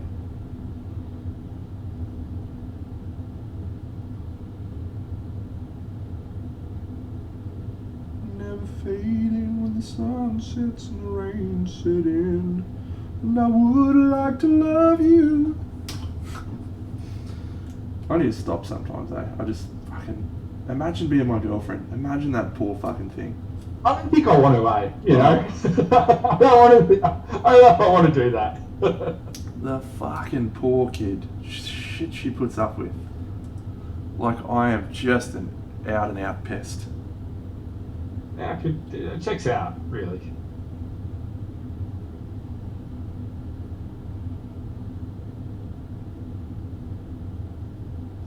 I'm at that place with Red right now where it's going to go one way or the other. Oof.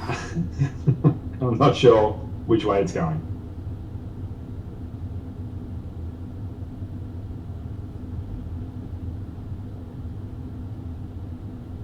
Feels a bit like riding learning to ride a bike again when you go down to 32 after being up on the bigger scale stuff for a while. Yeah. Thanks, Space Toy. I appreciate that. I was well pleased with the end result. If I hadn't already expressed that, yeah, it was a satisfying feeling to reach the end of that bad boy.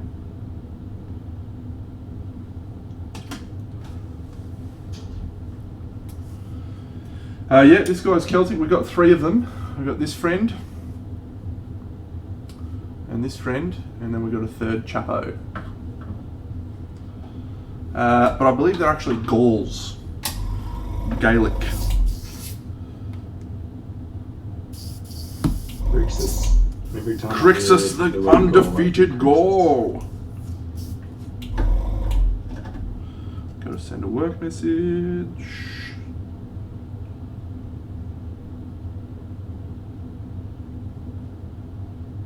It's so muggy down here right now. Yeah.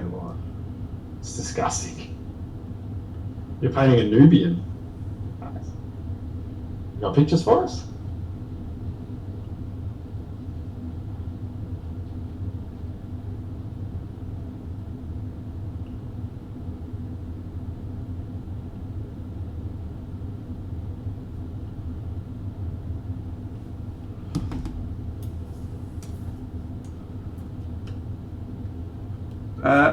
I'm all about just putting the dollar on the Kickstarters these days. I've got the dollar in for Yarns of the Elderwoods. What does $1 do? Does it just allow you to come back later? Or Yeah. So just when the Kickstarter's over, you're technically a backer. So when they send out the invites for the pledge manager, you just go, yep, I'll have these things, and you can. It's sort of a dog way to do it, right? Because the Kickstarter is based on people spending money, and I'm going to spend X amount of money, right? And you're basically saying, well, I'm not going to tell you how much I'm spending now, so suck shit. You're just going in blind, throwing a blind in, and that's it. Yeah, basically. Exactly. Yeah. And so it's a dog way to do it, but it's I mean, because the one thing about Kickstarters, in my experience, and I've had a fair bit of experience, is it's very easy to get caught up in the enthusiasm, excitement of the Kickstarter happening. Yeah. I have done that on several occasions and reached the end of the Kickstarter and, had $450 come out of my account, and then realised, a week or two later, maybe not that keen on that game, But you get pumped up, they're releasing pictures of fucking models, and you're like, fuck yeah. Well, there's more to it as well, right? Because when it's for display painting stuff rather than board games, you're like, well, I want to support peers and friends and whatnot. Yeah. So.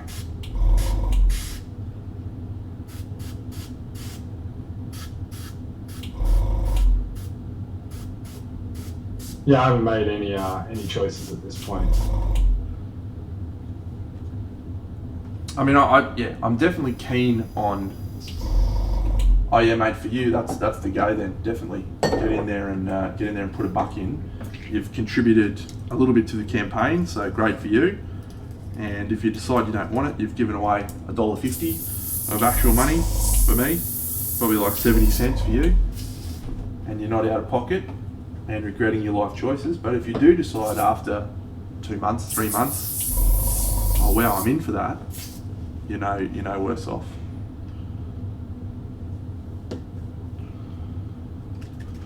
Oh, Buxo. Fucking hell, mate. Oh no, we've had a fucking blowout. What's happened?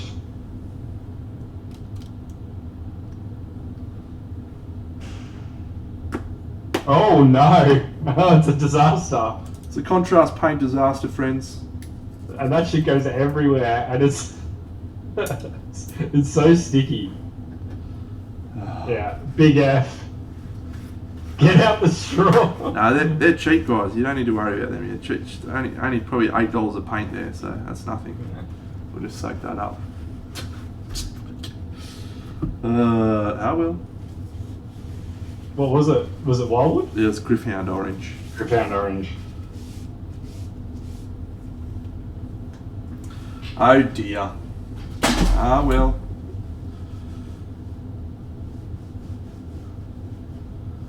I'm in the very fortunate position that if I can spill the paint, I can always go and buy a new one.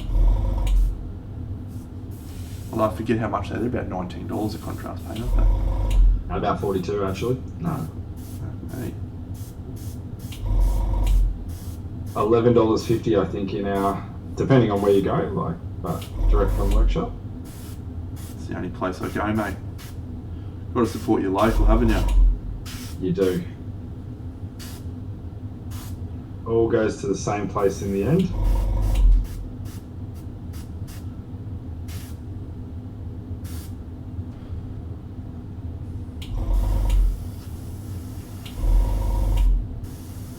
So what are we going to play, mate, when we make our way up to your end of town? Oh, well, the world is our oyster, mate.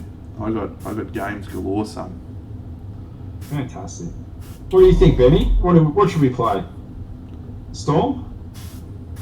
I want to play with Storm, man, because like Storm, I've watched her play a little bit of Magic, and when she's up, she's having a great time. When she's down, you know, she's gonna whip ass. G'day, Scaraboss. Thanks for the follow, mate. We're gonna play Magic, Benny. We're playing Magic. I better learn how to play then, I guess. I had a quiet draft before I came on stream, actually, and it went terribly, actually. Oh, there's a little bug friend. Hello, little bug friend. Come here. Where are you going? I'm trying to help save you, little bug friend. Come off here. You want to beat Deno at one thing. Well, you've gone the wrong way about that, Ben. Do you know why? Because you've told me that you want to do that, first of all. And second of all, you've given me sufficient time to practice. What you've just done is you've woken the dragon, right? And that's a terrible decision. The thing is, though, maybe that's what he wanted to do. Maybe the winning is not the important part, and he just wanted to twist you into playing his game. Well, we'll see. When I smash you at Magic, we'll see who comes out on top. We should play a War Machine game, mate. Oh, War Machine, fuck me.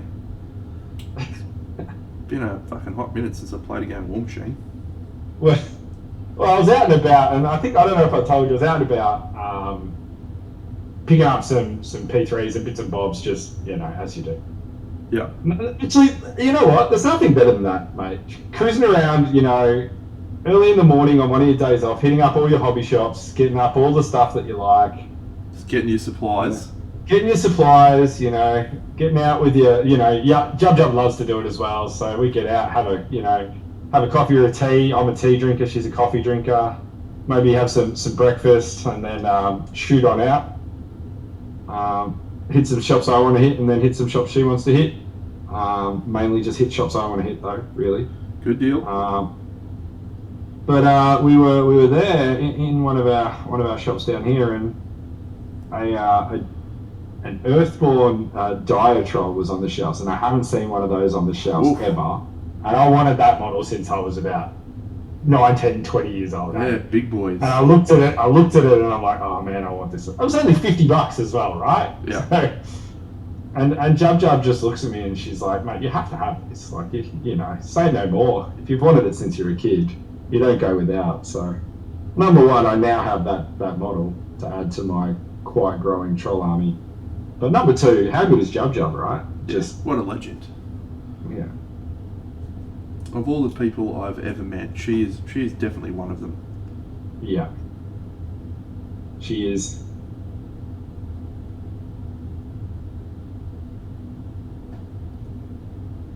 But yeah, so I have this growing troll army, and you know, I don't know anyone who plays that game. Does anyone actually play that game anymore? Is a better question. Not these days. Not anymore, really. That's good. Look, honestly, mate. Like the problem with that game is not the game itself. The game itself is actually still probably to this day one of the best written and you know, most interesting games to play. The problem is the barrier to entry. You just to be able to play that game and not just get absolutely handed your ass on a platter. It's taken months and months of like study and research to get across all of the little intricacies of, you know, like it's a game where you sit down across an army you've never played. You will not beat that army. You will not beat it unless you're me. But no, I think you remember you telling a story here about getting towed up for 6 months before breaking through. Yep.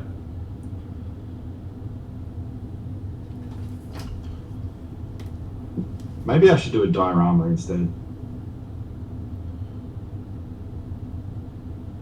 Seems like the three ways to truly like immerse and interact, right, is to like paint a single figure like really, really good, paint an army really good, or paint a diorama really good. If you can't, obviously play the game.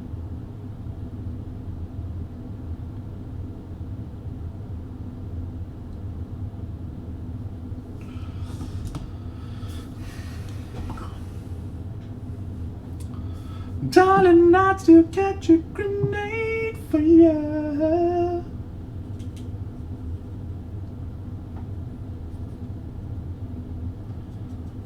I don't know why, but I'm really struggling with this breastplate situation. It's a fucking every time I've looked up, it's just not reading, is it? Yeah, it just doesn't feel quite right. The helmet, on the other hand, is crushed, but I can't. Do you reckon it's because, right, you've got two sheens coming down, one sort of at the center and one sort of at the center, and it should just be one at the center, matching the one on the helmet. Yeah, it should, but it's such a big surface. I was like, I feel like I need more than just one. I feel like I need some interesting shapes. It is what it is. I'm just going to leave it for a bit and see how I feel. See if you can bring it back. Yeah. Or just fucking leave it. These fucking figures have been sitting on my shelf. Gathering dust for a while, eh? Yeah. Which orc bust are you thinking of painting Space Toy?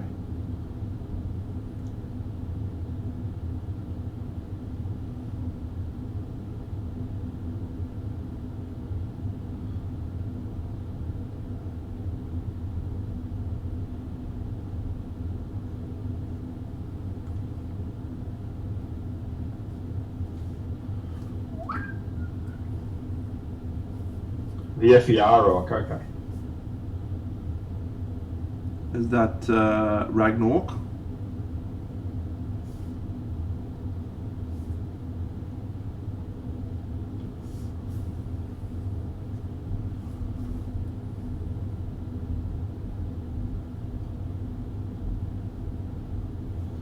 Coolio, once again. Dano's encyclopedic knowledge of everything related to miniature painting comes in handy.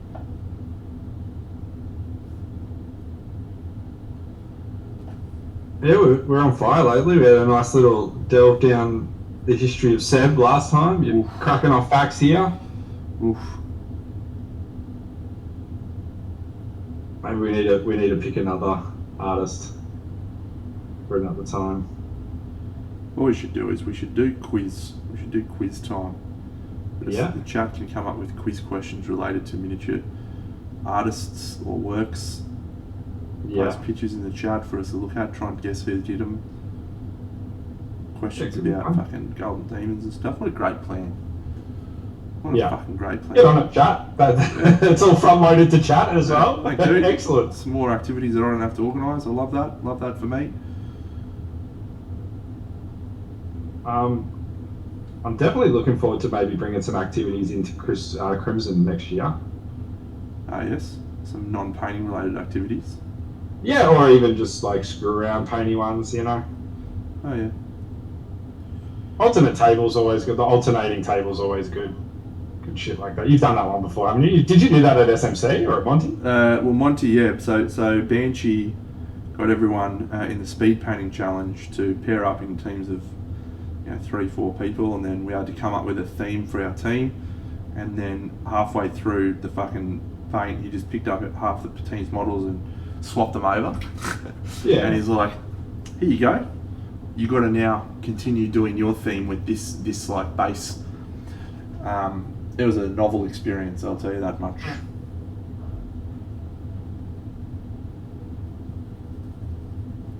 Yeah, stuff like that, you know.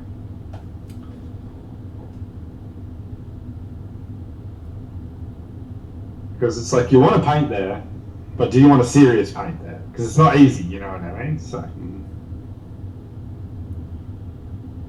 I'd like to paint there, but I tend to have stuff to do. And then if I don't have stuff to do, you want to play board game. well, yeah, I mean, yeah. I was frothing to play board games with Whaley that fucking weekend because I hadn't seen the guy for 2 years. I was just like, fucking hell, man, I want to hang out, play some games. So, but no, I'm normally like, you know, doing more painting related activities on that weekend. But yeah, just for whatever reason, it was not the right experience for me that weekend. It's just good for me to see everyone and catch up and hang out, and that was it.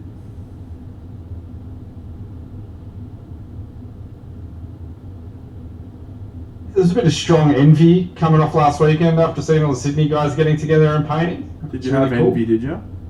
Yeah, I was like, fuck, I'd like to go up and even catch one of those with them. With a bit of organising, make it a bit more than just that, you know, maybe go spend some time with Jim and see some friends and stuff. But my friend, envy is a very, very useless emotion. It is. One of my favourite sayings, I think it actually might be from the Bible, don't quote me, but G'day Al, is the only time you should look at your neighbour's bowl is to see if he's got enough, rather than being envious of him and what he's got. Yeah. You should just be looking over and going, do you have enough, mate? And if you don't, can I give you some more? I like that sentiment. I think that's a nice sentiment. It's definitely a nice sentiment. But if all your mates are having a bowl together and they're all having equal bowls and you're sitting there someone else, you're like, I just like to be with my mates and have a bowl too. Yeah, look, that's your perspective, mate. If I see my mates doing something and I'm not there, I'm like, good on them. More time for me. Well, of course, it's not like you're like, oh, you know, but that's you literally, can be both happy for them and also be like, I'd also like to be there. I understand what you're saying. I feel no envy. Who's popped in the chat? Hey, Rapid. Is it Weetabix? Weetabix? Yeah. Weetabix. It's very French.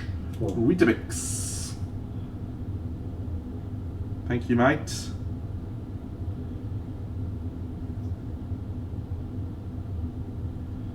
Weetabix. It's French for young. Or it's French for something.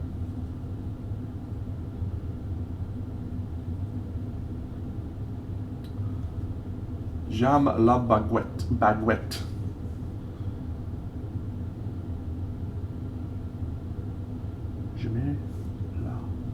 Hey, you know what I think's quietly underrated about Expanse? The intro. I really like the intro of Expanse. Yeah. The song. It's good. I'll tell you what else is quietly underrated about The Expanse. Literally everything. Yeah, true. How has it not got more like... How has it not made more of an impact on stuff? Like... Because I can't remember like seeing it pop up being talked about. Is it one of those things... I mean, the only press it really like heavily got is like when it got dropped, right? And then it got re-picked back up.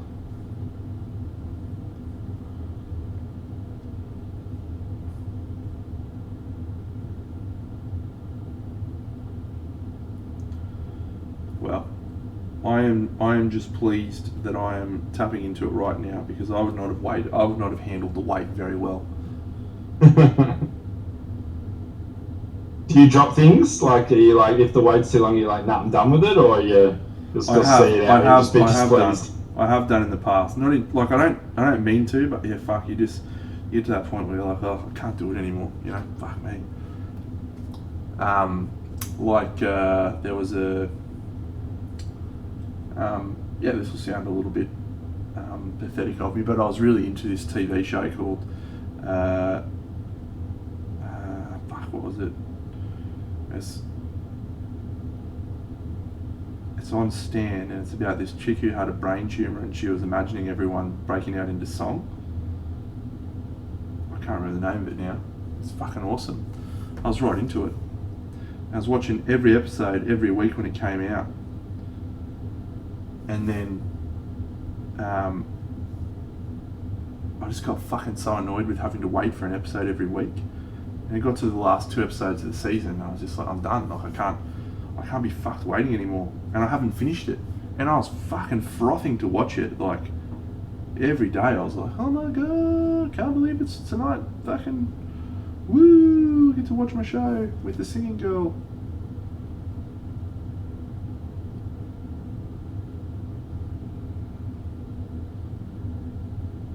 And you cut it, right? Because they cut it? Or they were just super slow? They were just doing an episode a week. And it was like a 15 episode season. And by the end of that time I was like, yep, I'm out. It's a pretty good show.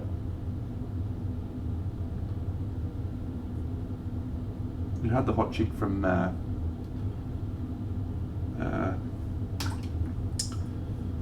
fuck, I'm having a shocker tonight. Gilmore Girls. It had the hot chick from Gilmore Girls. You remember?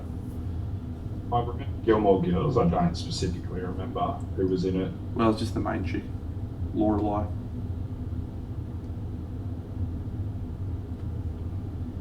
Very attractive. Gave up on The Walking Dead after the first season.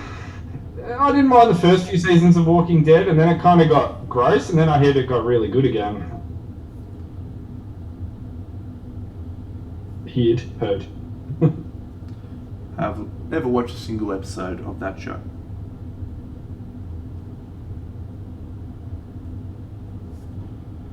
Through no reason other than it hasn't interested me.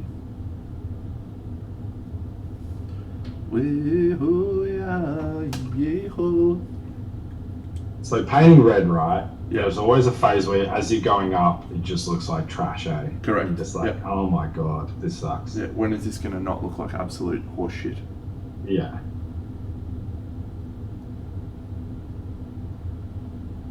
It always comes back, mate. It always comes back.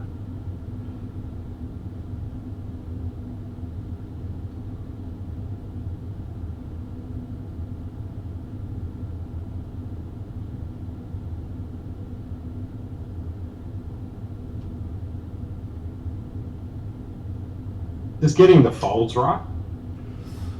Yep. I always find that quite challenging. Not with the placements either. Sometimes it's just The actual brush strokes, or the brush strokes and the tone. Just getting the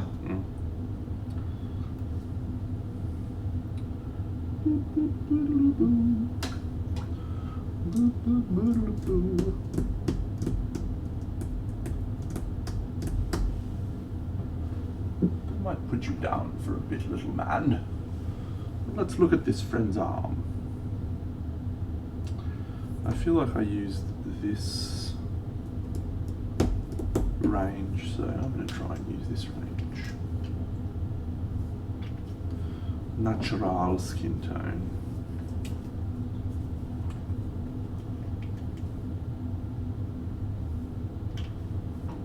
Let's try that.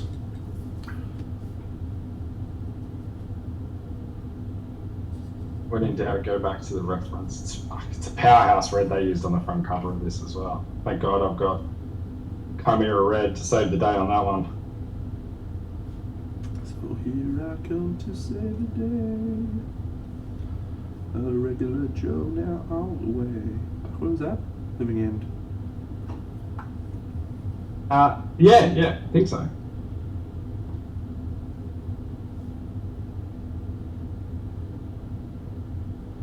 You got no reason, you got no reason, you got no reason now. You've got no reason.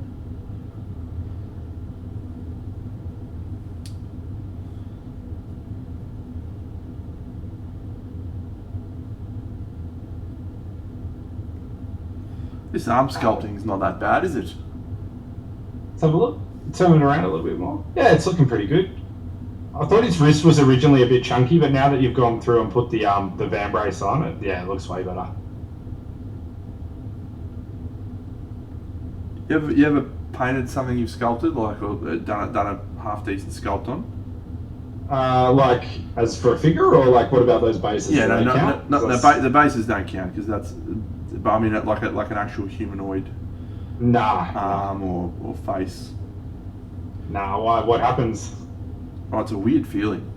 Is it? Yeah. Super weird. You're just like, what is happening right now?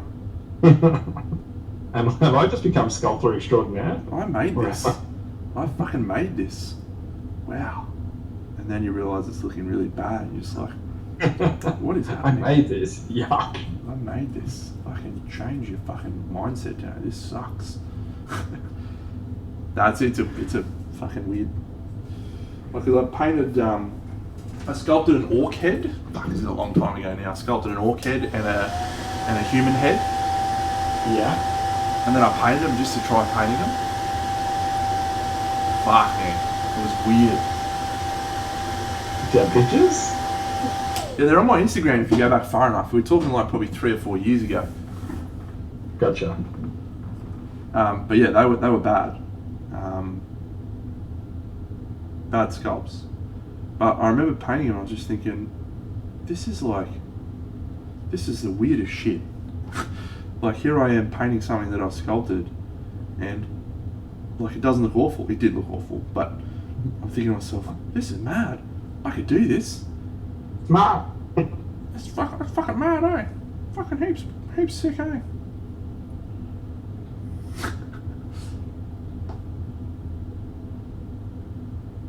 I've very much enjoyed sculpting lately. And even though it's only been on bases, you just get lost in it, and it's really fun. Yeah, I do really enjoy sculpting rocks, natural elements, Yeah. that sort of stuff. I find that very relaxing.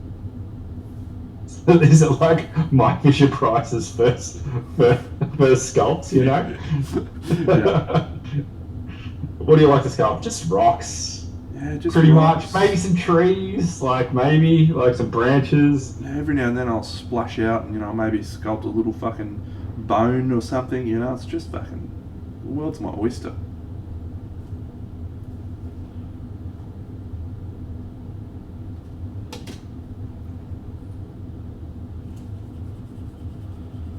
Oh, dear, oh dear.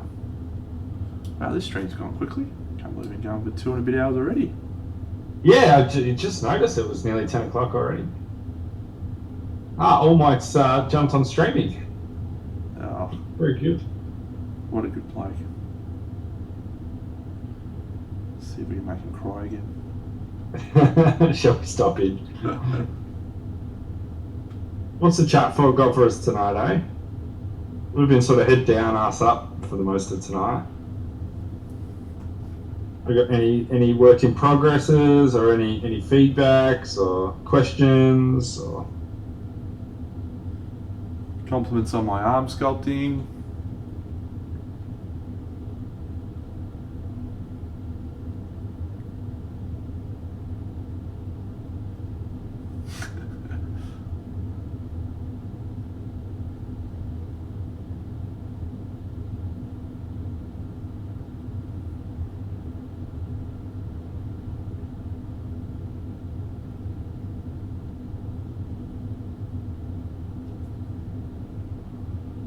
Ooh, the Minotaur from Journeyman. I was really close to buying that on several occasions, and in the end I thought to myself, fucking $150 for this kit is just more than I'm willing to pay. Just a little bit more. That said, I really liked Tim Marsh's version of it. Oh, I love the figure. It's fucking mad.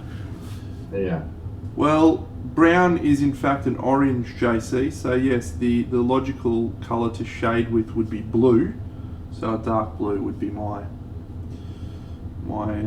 recommendation there. Ice fishing for Al, what a novel fucking thing to be doing on a middle of summer, mate. Crazy. Hey, Al, Rapid Transit's actually the guy who bought my cozy bust. Nice. She's almost arrived. Actually, she's in his town, I think.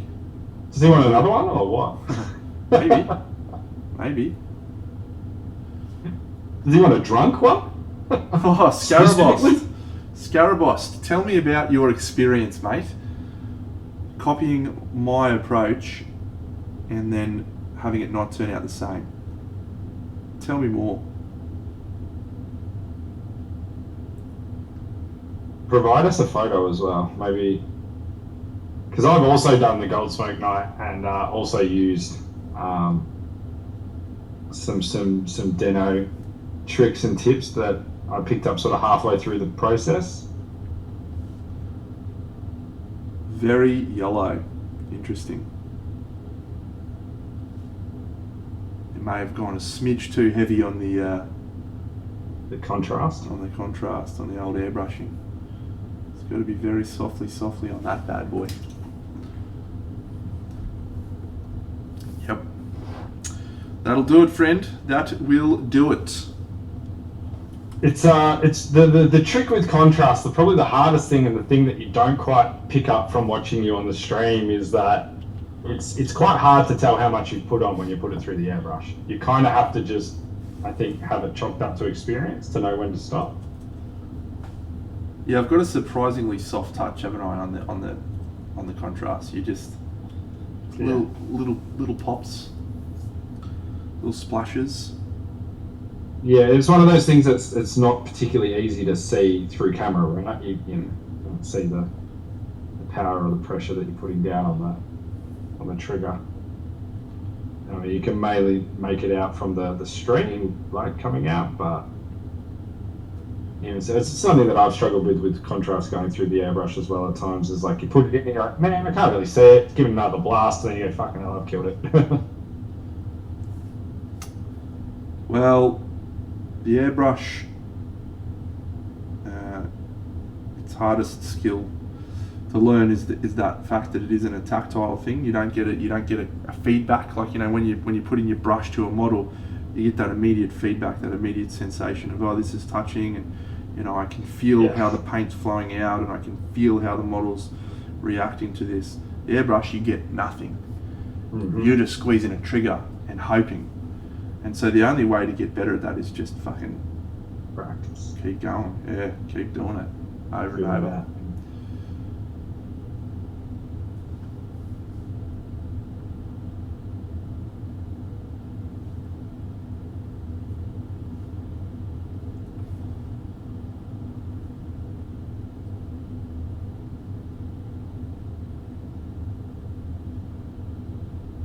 Do you have troubles with your airbrush, Scara?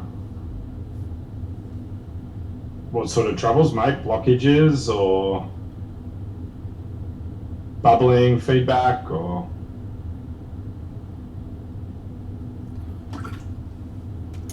I knew you were trouble when you walked in.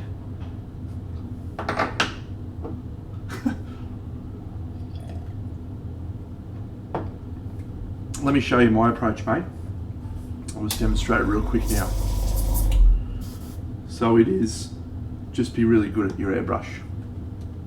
Blockages and spotting. Yeah, the two things that, like, it sounds so stupid, but they just come through experience. Like, I used to get blockages all the time in the first couple of years of sort of learning how to airbrush. And then, like, as you get further and further in, the blockages are less and less common. It's a dark art. You got to sell parts of yourself off, Space Toy, to get the unlock.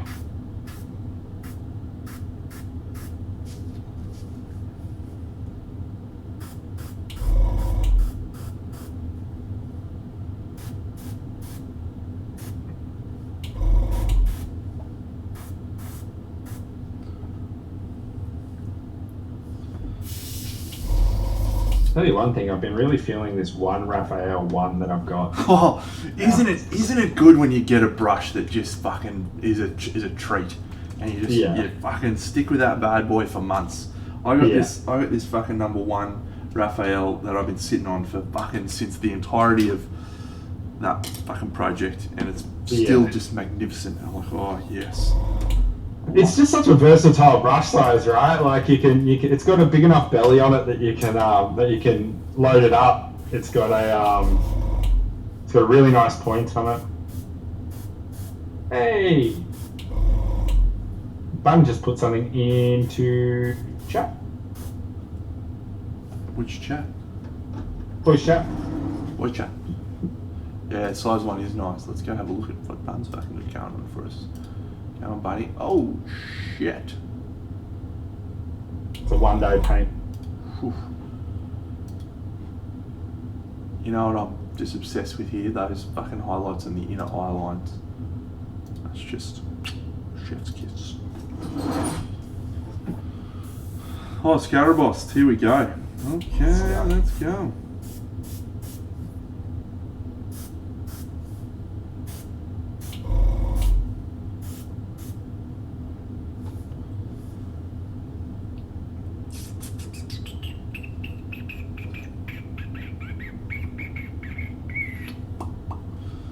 Boom, boom, boom, boom. Alright, Dino, don't fucking tip this contrast paint over your mug. Good work. Good work, you.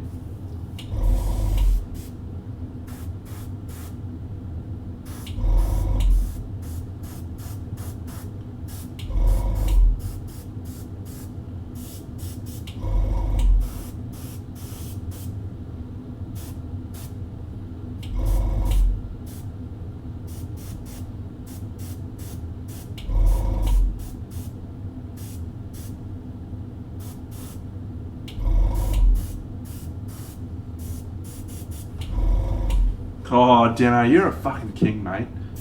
You are an absolute fucking king. I fucking love being me, sometimes.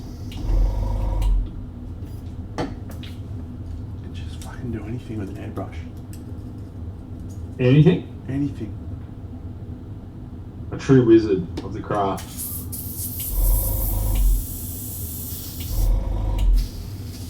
It's just magnificent. Alright, let's have a look at this Scarabost picture. Looking at Scarabost picture. Alright, well, my friend, would you like some feedback on your picture?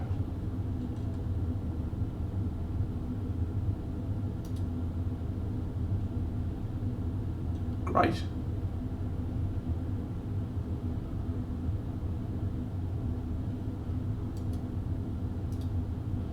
So there's a few things that I think are really, really good that I like.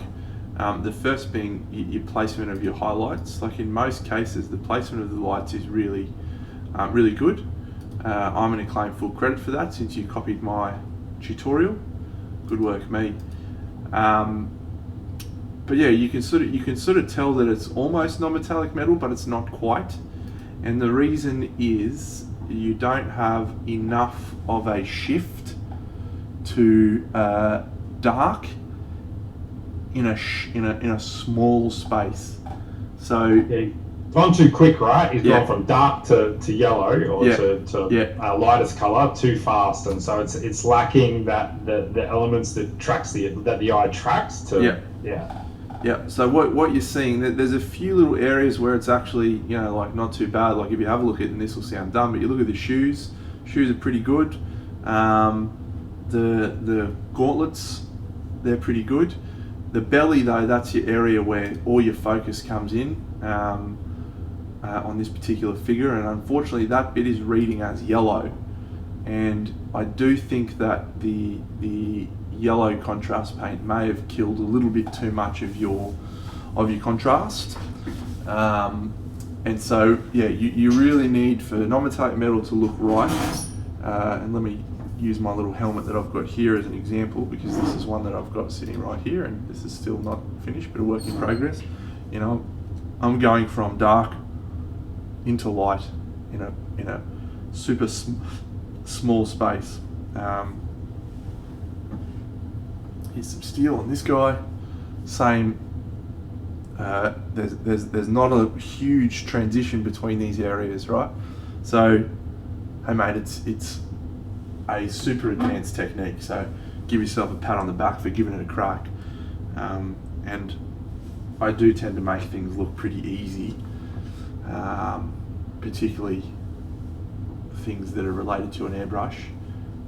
It's just something you've got to keep practicing, mate. Any thoughts, Bucks? Any further thoughts? My initial, so I looked at it before you, and I was like, will he say the same thing as I do, which you did, which was that the transition was way too fast, and so it needs a little bit of nuance between going through the colors. You generally need to have a couple of like if you've got an easy way. A way that I always found for this that was easy to understand is when Vince Venturella started talking about it as 1 and 10.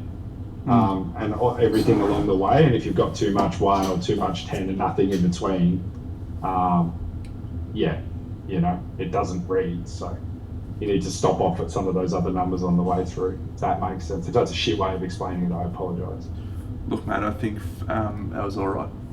Yeah, but you know what I'm talking about. So if you want to translate that into a Bucks is talking about a thing called the value scale.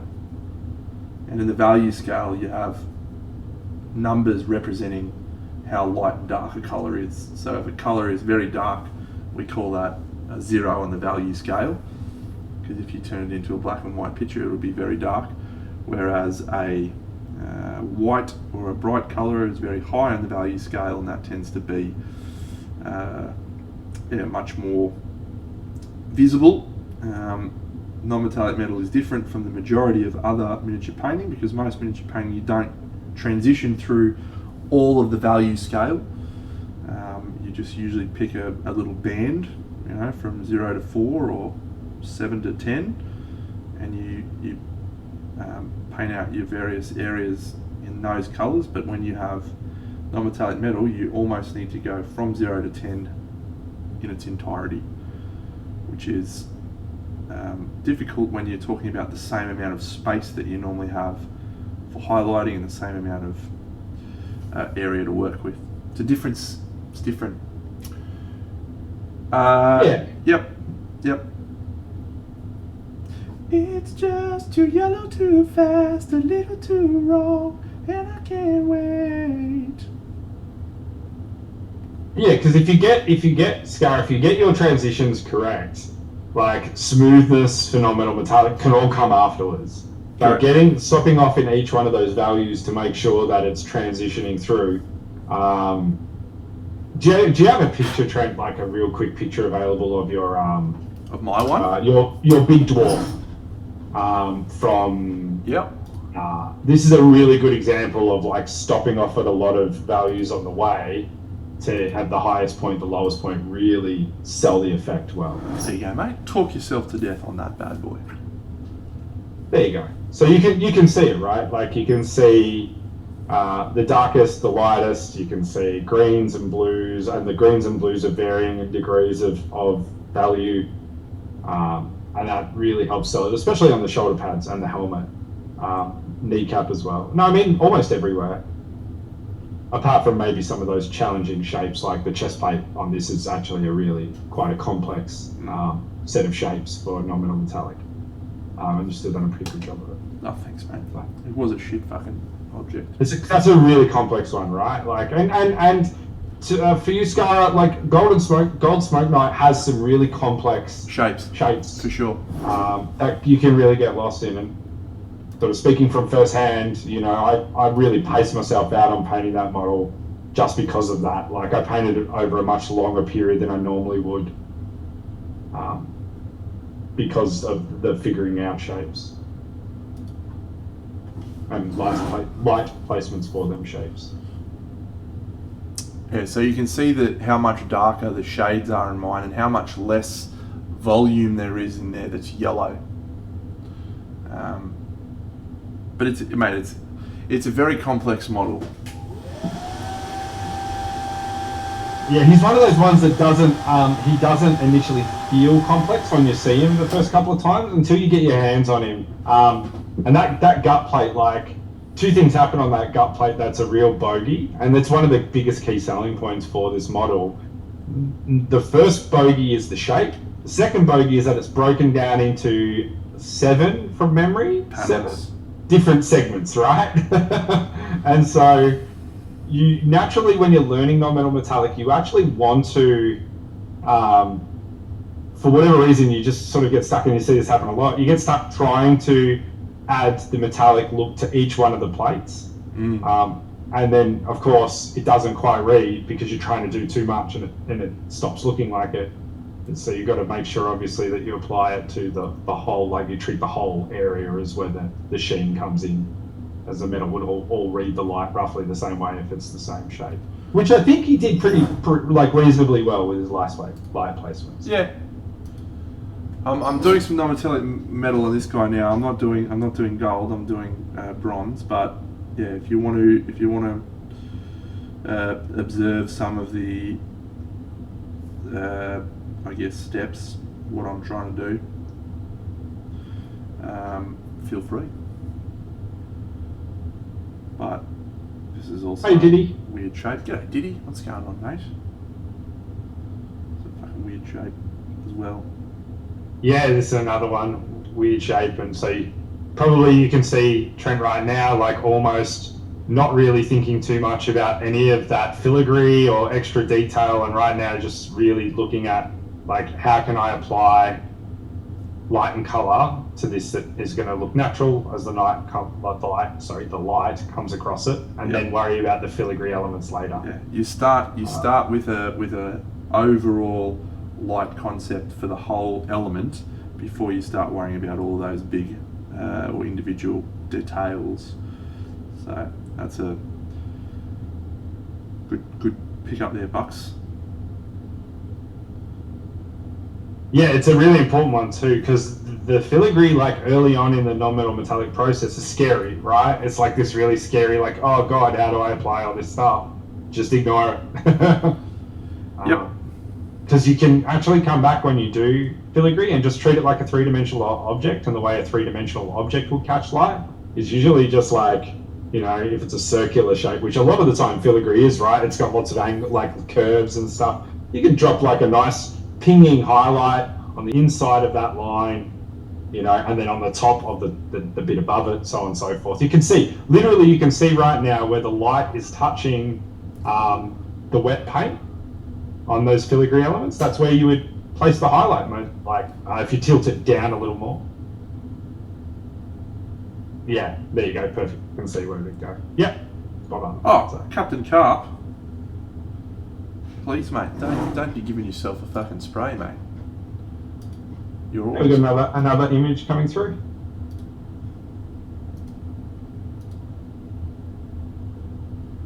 Alright, I'm going to say yes and no.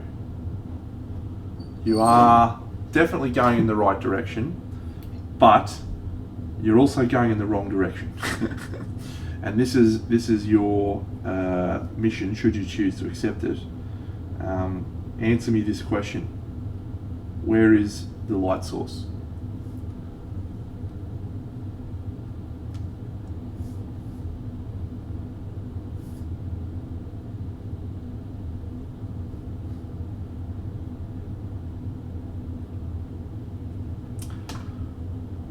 And I start just about every fucking feedback session with that question, because it is such a crucial question to understand.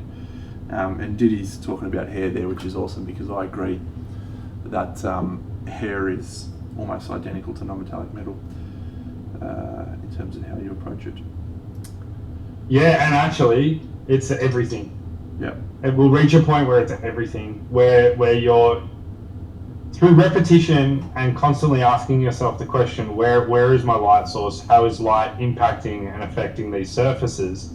You will start to integrate it into all your elements of painting. And that's when you probably start to see decent sized leaps in your miniature painting, display painting in particular. So if we're talking about top right for this piece, right? So from our position here, we look at the top shoulder pad. That's pretty good. the shoulder pad on the left there, if it's coming from the top right, we've got a pretty consistent light there. But when we go down to the breastplate underneath it, we've got some irregular lines that don't line up with that light source that you've got on the top right shoulder pad, right? So you should think about, if the light's hitting that shoulder pad in that spot, how can I stretch it out on every other area across the whole surface? And so what you're finding there is you've treated each little area almost as an independent object that's got a different light source. And it's super common, super easy mistake to make. We were just talking about it, for example, on Golden Smoke Night. It's the same thing. Where I also think you can do some improvement, I think you've gone a little bit too broad an area for your lightest lights. So again, I'm just grabbing these because they're to hand, and this is an example that I can easily explain. But right, so the amount of white that I've got in this space compared to yours is quite minimal. I've got a lot more darker colours. Now, they're environmental colours, right? That's reflections of the darker areas around. This light is really only a gleam that you see from certain angles. Yours is sort of taking up much more of a broader area of the object that you're talking about. And so instead of it looking like a glint of light, what you're looking like is you've got a big, wide, flat expanse of highlight. And that is not quite reading correctly. Can you bring him back as well, your one of him back? You have a really good example of what you're talking about on the Deno Gaul. So turn him all the way so he's facing in, so we just see the side of the shield. Yeah, so you see how like on the banding, you've got like a really high, you've got like two bounce lights happening on the banding, or two reflections. You've got that really nice bright one at the top and the lesser one down the bottom. This is exactly what you're talking about, right? Is like, yeah, you've got that lighter one at the top where it hits, and then even on the exact same panel, it's diffusing light and pushing it as it bounces down, and it's not quite as bright. So I think that factors into when you're doing a suit of armor in particular. Armor is the most difficult non-metallic metal surface because you have so many different types of reflections. I would almost always recommend starting with a sword as your first real non-metallic metal attempt, because it's just a much easier surface to really wrap your head around. And when you get it right, it sort of builds your confidence, and you go, fuck yeah, I can do this, this is awesome. And then you go into a suit of armor and you just fuck it completely, and you're like, wow, how bad's this? It's really hard, suit of armor. I've still not, outside of Golden Smoke Night, I've still not attached a full suit of armor at a bust scale yet. Which you challenged me to do that a few months back, and I've been quietly dipping, but I'll dob myself in now. Normal Bucks behaviour. Oh, come on. Just dog me on every fucking thing I ask you to do. Yeah.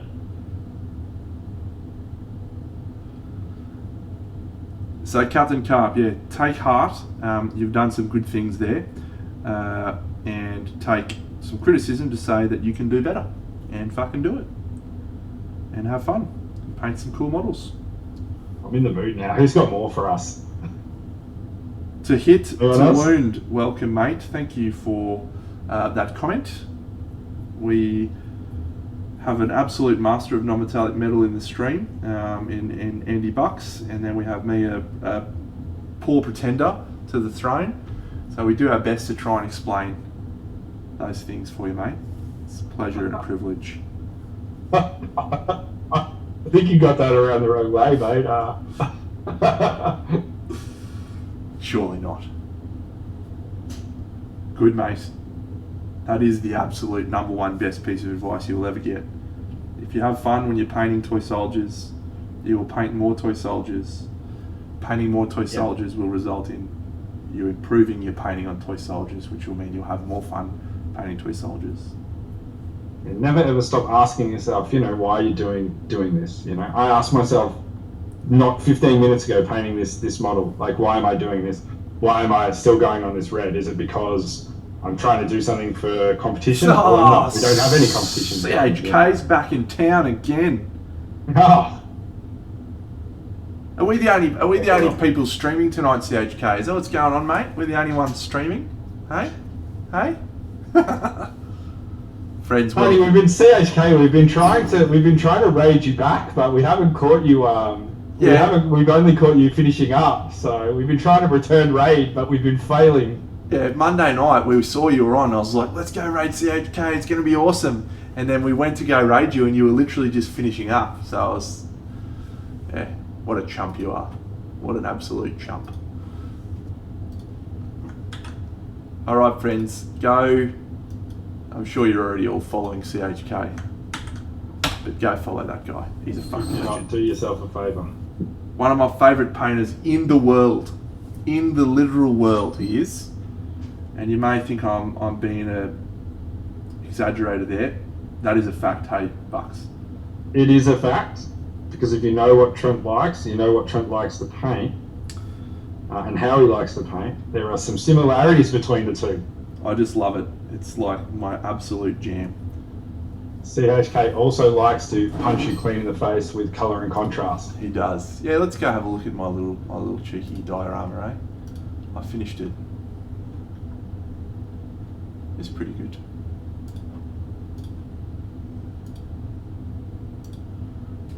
It's pretty good. Here it is.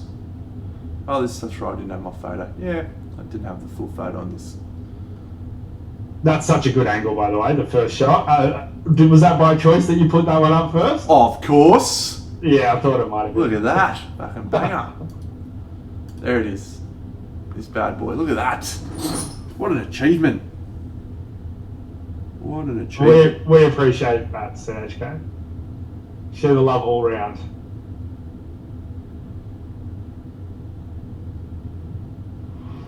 Thank you, someone who just did something. I missed it. Sorry, whoever did that. There you go. That's my project that I finished on stream on Monday night. What an achievement.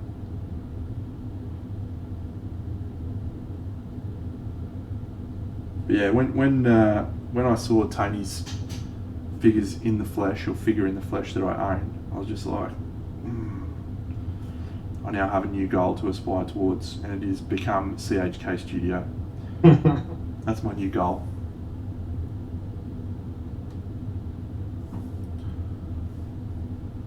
Maybe one day. His CHK's box art for Elderwoods. I told you, did I not say that someone will crack? And of course, is it Broxar? Is his name Broxar or what's it? Braxar? Braxar. I was like, someone will crack Braxar. The next day, box art goes out. I'm like, there it is. Beautiful. Fuck you. Made me want to buy the fucking whole thing. Yeah.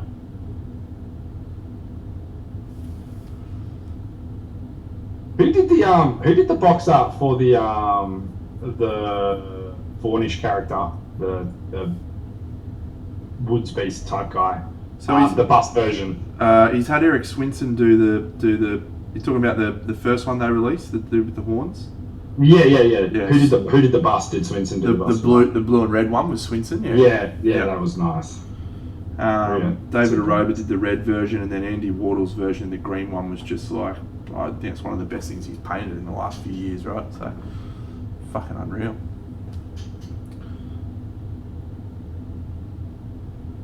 Pretty great team of painters on the project.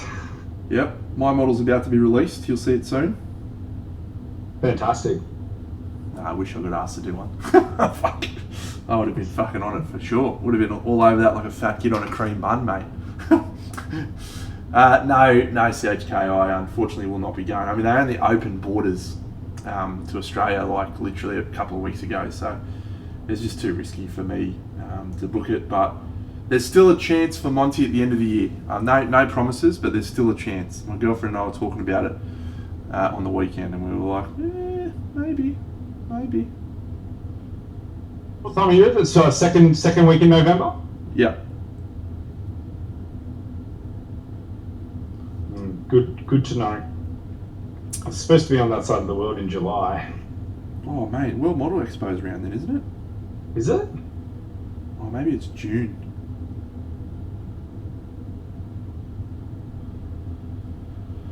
July. Oh, July. Oh, here oh. we go. Okay, let's go.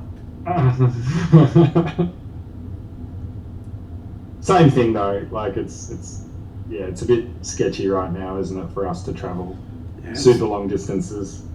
You just don't know what's going to happen, and that's always been the case, right? You never have any certainty in life, but there is an absolute level of, oh my god, what the fuck happens if I can't get back into the country that I live in? Yeah. You are proper fucked.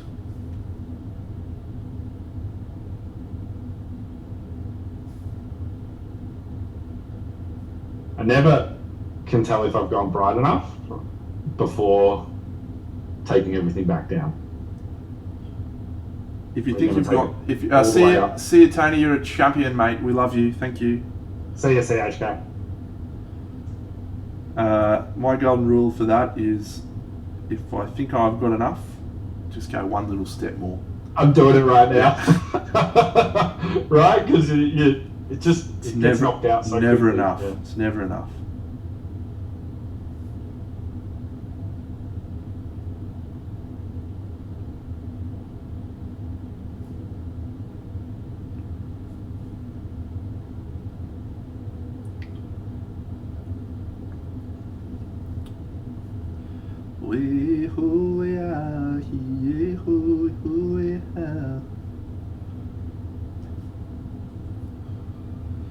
Fuck, he's a legend, that guy, hey? Guy. What a guy. There are some great friends that visit the stream. There are indeed. And Cooch the other night. Cujo's great. Cujo's too nice, eh? Needs to get some mongrel of him. Oh well, a bit of mongrel came out as he shared a chuckle at Miniature Mentor's expense with us. Yeah, you got to get some mongrel out of him.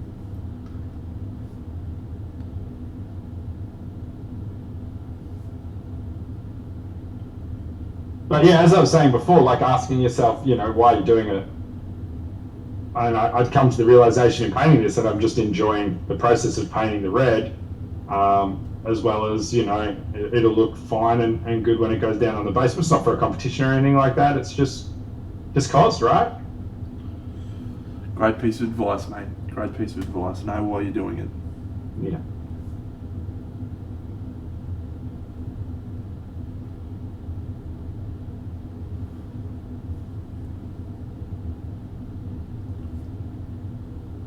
I do like these three models.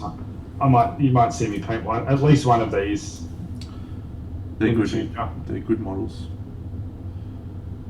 I've got to load up on some historical stuff for QME. Yeah, you do. Are you gonna jump in the ring for that?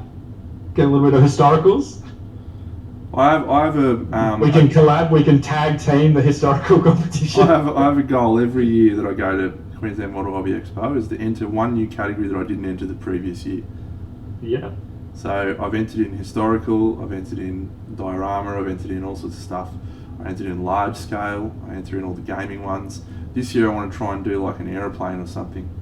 Oh shit! All right. But yeah, I always like to enter in the historicals. All the figure categories they do. They do a 75 mil like historical scale, and they do historical bust, fantasy bust. They actually probably have way too many categories. Is my actual feeling, but they get quite a lot of entries though, right? Yeah, I think on general they get over 1,000 entries every year, but that's spread across like fucking 100 categories. It feels like, so it's not as impressive as it sounds. There's usually like 10 or 12 entries per category. Assuming those 75 mil historical is the most entered category. No, usually. Or is it planes? Yeah, it's usually planes and boats and stuff, man. well, they're not getting a toweling up from me on planes and boats, but I maybe throw my hat in the ring for some 75mm historical. No, it's European style judging, mate. So you have gold, silver, bronze, and if everything's gold, you get 10 golds, and so on and so forth. It's a good little event, man. Like, it's sort of up in my neck of the woods, so I'm a little bit biased, but yeah, it's just a nice bunch of people, and yeah, they're an older crew, right? Like, it's an older bunch of heads that run the competition, and sometimes you can get a little bit stuck in your ways, but these guys are really good. Like they had the QR codes for people's choice voting this year. They had fully automated booking system and everything. So yeah, they're really nice bunch of people, and love celebrating the hobby up in Brisbane and Queensland in general, and they have a club category where people... Isn't that just the best part about conventions and painting events, man? It's just a big old celebration, and that's what draws you in, I think. Yeah. It's in August, my friend. Usually second half of August. I don't know if they've put a date up for this year yet. I think there'll be a bit of a contingent of painters heading to it. I know Stonebeard Jim wants to try and get there. There'll be us, Victorians coming up. Maybe we can convince Dave to come up. Oh mate, I've offered it to him every year, and he's it's just hard for him with the travel and stuff. But yeah, I'll offer him again this year, and we'll see if he wants to come. It's a great little event. Like, and the venue, they've actually just changed last year. The venue's really cool, big hall. Is it a 1-day event, if I remember, or 2-day? Weekend. It's the whole weekend, isn't it? Yeah. You drop off your models on the Friday night or the Saturday morning, and then the event runs for 2 days and presentations on Sunday. It's a full weekend. It's really awesome. I love it. I'm quite partial to it. Yeah.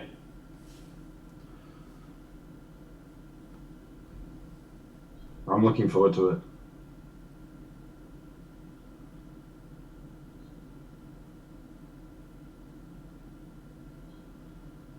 You do have to be prepared for some... dubious is not the right word, but I'm going to go with it anyway. Some dubious judging decisions, mate.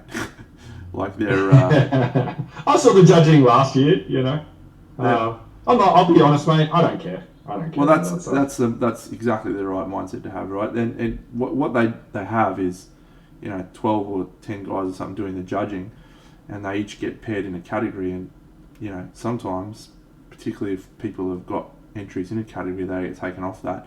So you tend to get like tank guys, like airplane guys judging figure categories, and figure guys judging fucking boat categories and all this sort of stuff. And so you can sometimes just get a few judging calls that you're like, okay, my guy. Yeah. But if you go with the right parameters, right, that's like coming back with anything's a bonus, But yeah, and that's why it's fine. It doesn't really matter. As long as you're happy with, the work you've done, and there's usually like other figure painters there like that are willing to commiserate with you and go, oh, sorry mate, you should have fucking got X, Y, Z. Speaking from personal experience right now, my friend, or? Yes, mate. Yes. Most certainly. Yes, mate. No, you've taken best in show. Yeah, I took best in show last year, and then the previous 2 years I had hobbyer or modeler of the year. Jim, I was just talking about you. G'day, Jimbo. Just saying that you're pretty eager to get up to Queensland Model Expo potentially this year. That's still on the cards, mate?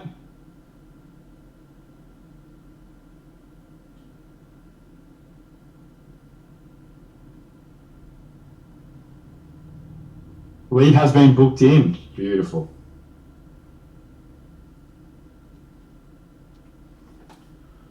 Nice. Jimbo, always good, mate.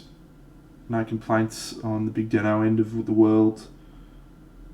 There's always things we could complain about, mate, Torrential flooding, COVID, Uber Eats being cancelled for a couple of days, but Big Dano just keeps on trucking, right?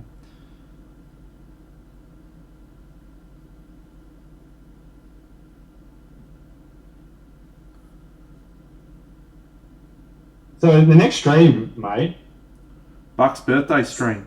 Yeah, exciting times. Backed up with the Deno birthday stream. What do we got planned? What are we bringing? What are we bringing to the table? What are we doing, chat? Like, what should we do?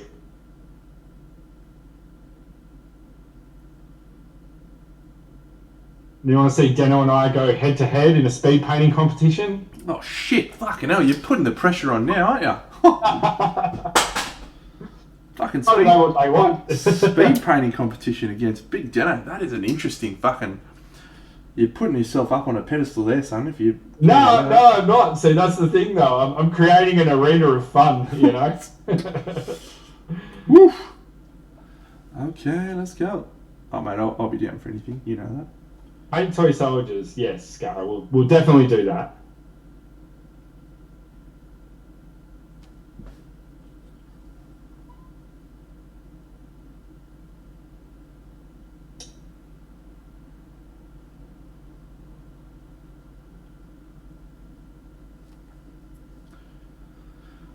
But is there some other things we can bring along?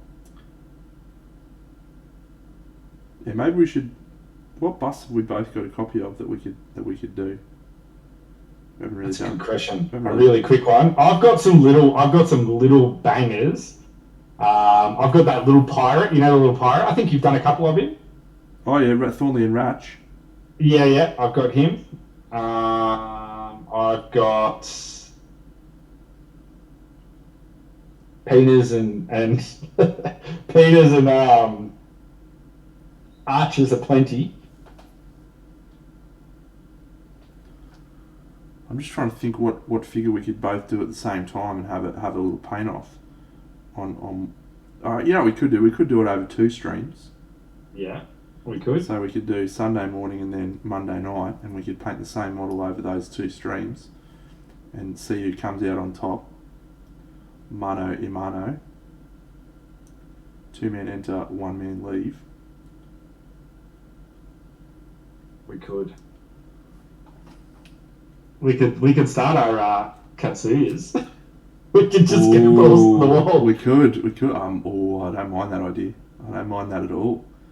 But I don't want to finish I don't know if I finish a Katsuya in 2 streams. I can't paint at that level. I can. Of speed. Don't be pathetic, motherfucker. Okay, let's go.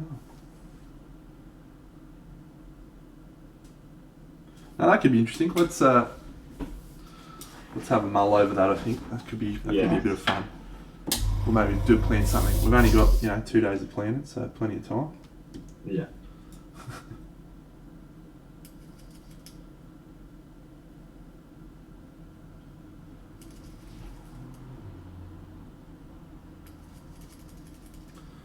Alright, it's time for me to make my non-metallic metals look better than it actually is.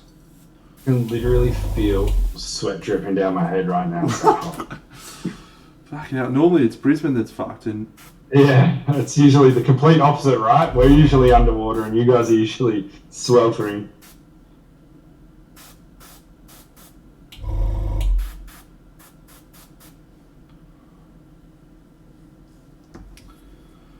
pew pew pew.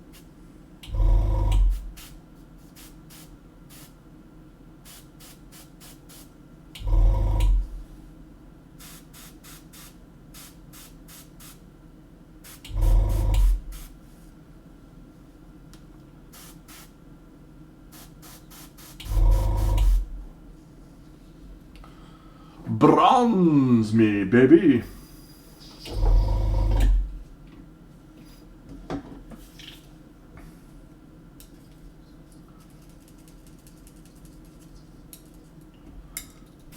Katsura Toko plan's actually pretty good, you know. Yeah, it is, isn't it? It's kind of like it feels like it's supposed to be. We've got But I can't. I won't get it finished. So maybe if we don't put the get it finished on the end of it, All right. and just go to whoever gets what done. The winner is yeah. See you, Captain Carr. Thanks, buddy. Yeah, the winner is judged at the end of the Party Monday stream. Who completed, or whose version looks better. Yeah. So your level of completion is not a requirement, but you know, the more complete it is, the better likely you are to fucking get a vote. Oh, I nearly knocked my Griffhound Orange over again. Yeah, we'll get Seb to come in and judge. That sounds fair. Well, that's the thing though, is like it's a Seb, so you want to do it like this is just so the chat knows. This is actually a Team Stonebeard challenge. This particular model. So we're all sort of doing it. A couple are doing it. Three of the painters are doing it at the moment. So I believe there's 3 of us doing it, 3 of us not doing it at the moment. So if we join the fray, you know that leaves 1 left. But Bun's on other things. She's doing some cosplay stuff at the moment. Yeah, so. you get it done when you get it done, mate. No Exactly. Judgment on Bun. Exactly. But yeah, we could be pushing it up our lists. Hey. Yep.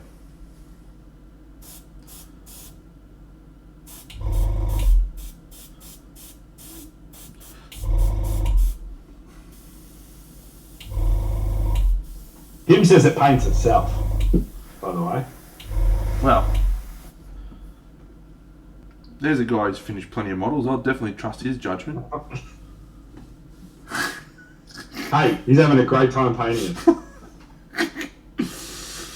That's a stitch up. That is fucking hell.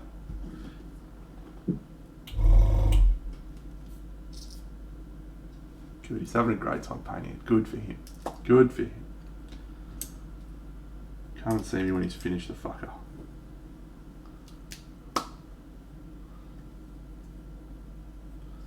Benny doesn't reckon it paints itself anymore.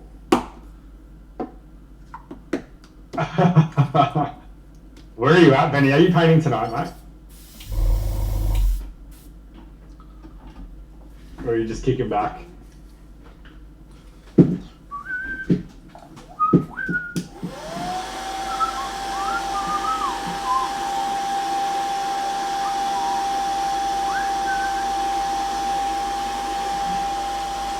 It's deep in the sauce. You're all the way out there?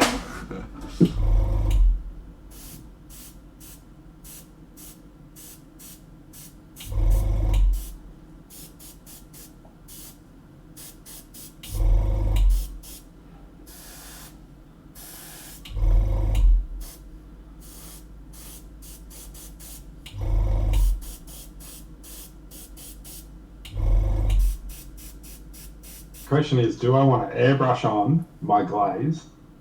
Or do I want to do it by hand? Look, I've got to say, mate, that's one of the things I love about you. You just have a go. Might have to change your middle name to Ben. Have a go, Leighton. Who, me? Or Ben? Benny. Have a go. Yeah, Benny, yeah. What's Have he a go. saying? I've chosen a concept so far out of my skill level that we're on the 4th breakdown. Oof.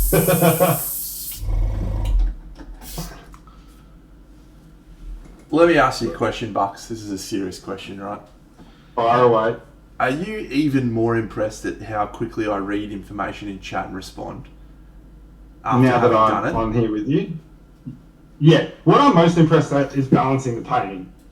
Like, because the first couple of times I came on, I didn't paint and just sort of talked and interacted with you in the chat, and that was fun. But then I got to the end of my week and was like, well, I haven't really painted fucking anything this week, and I'm not okay with that. So we're gonna have to figure this out, this whole thing. So. Bronze, baby. Yeah, it's a different bronze to what I did on the thing. I added a couple of little changes. That looks okay. That looks pretty good. I'll add a little highlight, and then we should be okay. They look good side by side. This guy's got limited bronze. Let's put him on the plinth. Actually, we haven't had the plinth out for a while, or ever. The new plinth. See how they look. Oh, fuck, dude. What are you doing? I'm looking forward to seeing the concept, Ben. If it's making you lose hair, then shamelessly I want to see it.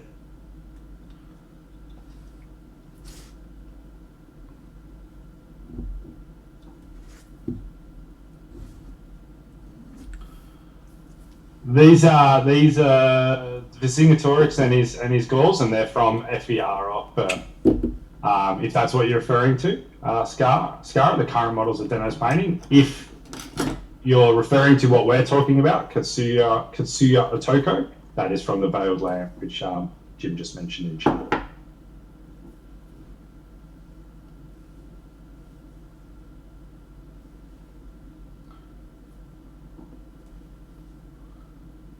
Yeah, the ones that Deno's painting now, they came out sort of third quarter last year.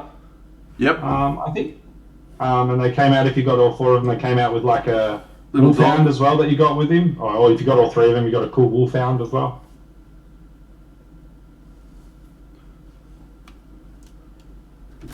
See, this was a great decision to go in and fucking do non-metallic metal, wasn't it? What a great decision. Look, I mean, I'm letting it slide, right? And I'm letting it slide because Hey, you said I've you let needed you this. slide. You said you needed it. You said you needed it I needed to get it. back into this project. I needed so, it. in the always backing up the joy of painting and why we do this, I have to support you in this Thank you. endeavor. But you're unhappy. You're unhappy. You absolutely fucking copped out on painting true I metal. did. Cujo! You superstar. We were talking about you before, mate. You're a fucking legend. Huge. He's back. The king. We were talking about how much we sledged fucking someone, and you were getting in on it. Oh, Miniature Mentor. We gave him an absolute tearing. Here's the Katsuro Otoko model Scaraboss we were talking about, mate. Look at this. It's a beauty. It's a fucking rip snorter of a figure. Get amongst it. Oh, you going head off. Interesting choice. I am. I'll tell you why.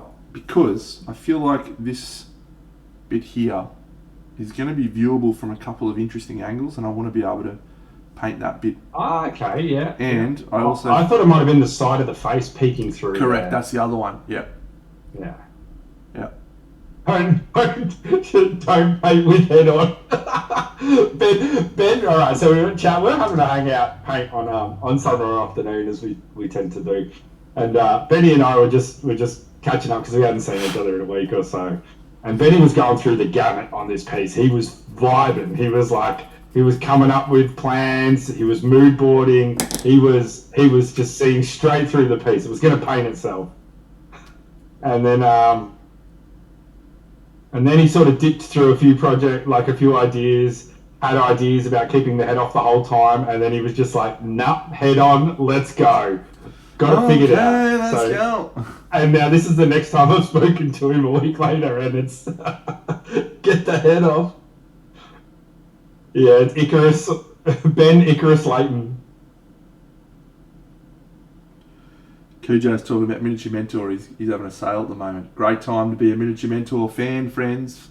Yeah, he's had that sale going for a while now. That's how I picked it up on that cost, and it was fantastic. And I got it about easily 4 months back or 5 months back.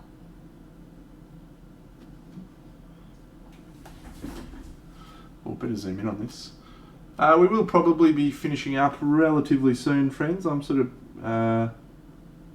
reaching the end of this little project now that I've gone into non-metallic metals and disappointed bucks eternally. But man, I can fucking do true metallics on anything. It's okay, mate. It's okay. Oh, okay. All right. That's how it's going to be, is it? Okay, now. I'm living in your ribs right now, mate. Okay, let's go. Did he do a Kickstarter a while ago? I didn't see that, Creed. Yeah, he tried to. I don't know if you remember, but he got David Aroba and he got a whole bunch of people who agreed to sign up for it, and they were like outrageously expensive for full 4K high def stuff.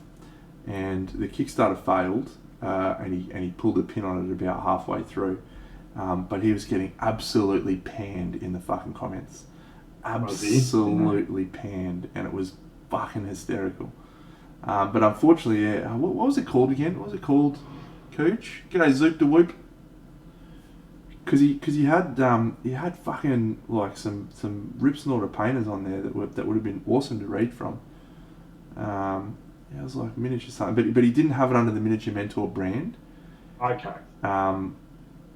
And 8K resolution. 8K. yeah, mate. Just because I can see the hairs on the back of the knuckle as you paint. But it was fucking outrageous how much he was trying to charge for it. Yeah, I can't remember what it's called either. I'm sure. Yeah, I'll think of it later on. I'll send you the link, Bucks, because it was. Yeah. He had a Rober and he had Alfonso and I think he had someone else, but it was just. And he pulled the funding and basically people were just like hammering him in the comments. It's fucking great. Like, get him. Get the fuck. That's what you get for making fun of Seb, mate. Yeah. It's pretty funny actually because I think I had the link open of Persephone when we were looking at it, and then I was looking at the comments on Persephone because that would have been the first thing that people had seen said paint a really long time, right? Like a really, really long time. And you had like Francesco and like all of these like, you know, masters just like, oh, Seb's back, what a master! You're like, holy shit. Yeah. Yeah. Well, cause confirms everything we were saying. Eh? Yeah, he's the king, mate. Like back in the day, no, he hadn't recorded any videos. He hadn't recorded any Cooch. Yeah, back in the day, mate. Like Seb was the guy that they all looked up to. You know, like Francesco and all those guys. He was just like a rock star. And he went overseas, mate. And yeah, he met Francesco and all those guys over there many, many years ago, years and years ago. It was just like, yeah, and they loved him. Absolutely loved him, as you do, mate, because as you know, he's a fucking... It's very, very easy to. Absolute jet of a human being.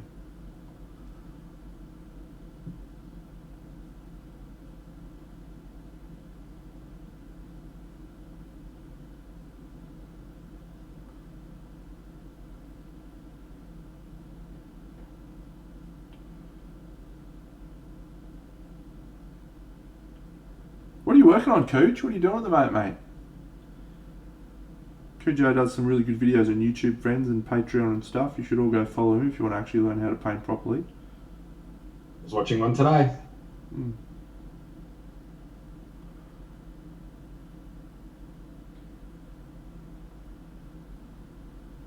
And I was enjoying it quite a lot. He's got a weird obsession with fucking scale 75 paints though.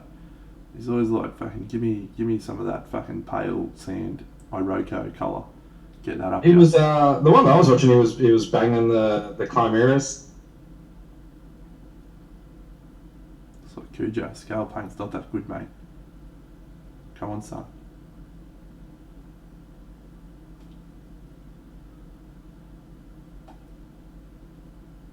Painting bases, Cujo, my favourite, mate, honestly.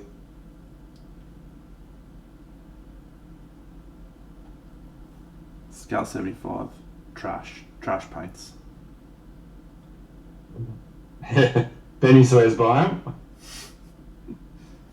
Nah, they're fine. I'll be honest, they've fallen out of my rotation at the moment. I just find them too matte. Yeah. And I want a little bit more satin sometimes. Just when I'm having a little muck around, but yeah. I'm deep in the Vallejo and AK sauce again at the moment. Chimera. Contrast paints. Yep. P3s. I've been having a lot of fun with some P3s lately. Yeah, I like quite a few P3 colours. I haven't used them for ages, but I've got the whole range sitting behind me. Nice. They're really good for two-brush blending. If you want to see how two-brush blending works, I can show you that at some point, friends. Yeah, I'd love to see it. I was a bit of a wizard in the old two-brush blending back in the day. Don't use it much these days. Yeah, the pots are trash, mate. Absolute garbage. Can agree to that one.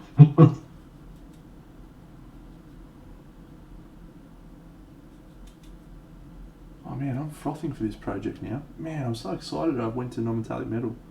It looks way better. No problem. I'm glad you're psyched. Because this could have sat on the bench for a few more weeks otherwise. Fucking, if not longer, mate. If it ever got done at all, it was just not happening. I think we're going to have to do it with the airbrush. The red. Yeah. Because I want really smooth and consistent. Yeah, it needs to be airbrush, mate. I don't want to spend all my life washing. Yeah. Yeah, get in there with the airbrush, mate. Question is, what's the most powerful red I can use? Maybe I should use an ink. Yeah, Inktense red from scale 75 will work. No. Alright, you could use one of the contrast paint reds, that would be fine. Not bright enough. The Chimera red's the go, mate. Yeah, Chimera red, and I reckon I can mix it with a little bit of the crimson from Liquitex. What do you reckon? Yep, I'm in.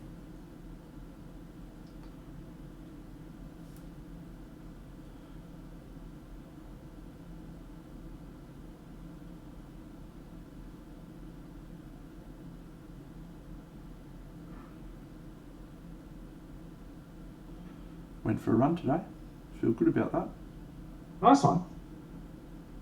How far'd you run? Oh, about fucking 30 metres. 30 metres is more than 25, mate. We'll take it. No, I think it was about 3k.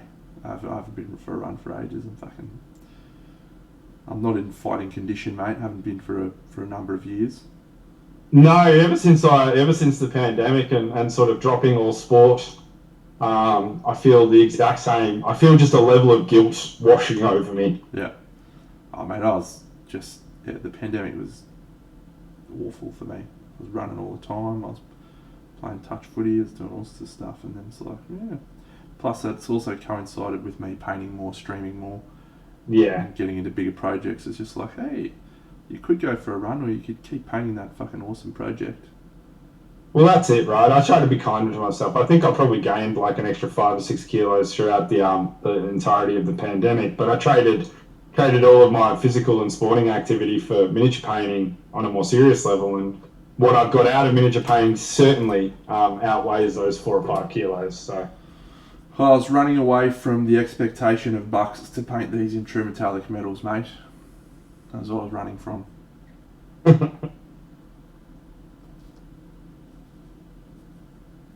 Maybe we need to sit down with Seb next chance we get and just say, Seb, take this back. Let's go. It's a true metal painting class with Seb. That's not a bad idea, Cujo.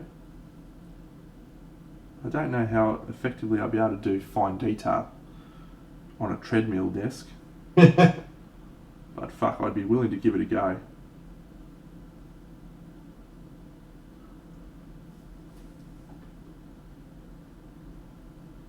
No, what we would need to do, Cujo, is we would need to slow down my steps with the brush strokes. The fucking brush strokes just don't stop, mate.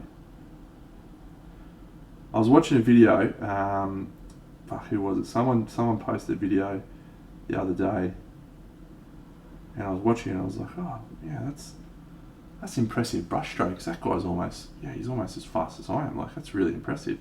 He'd sped it up ×2. I didn't realise there was a ×2 for like about 30 seconds, and I was like, oh, wow, maybe I should slow my brush strokes down a little bit. There was a I think it might have been, was it Vincey V or someone did a video recently. Well, I've been watching a few of Vince's videos again, just enjoying his new format. It's been good.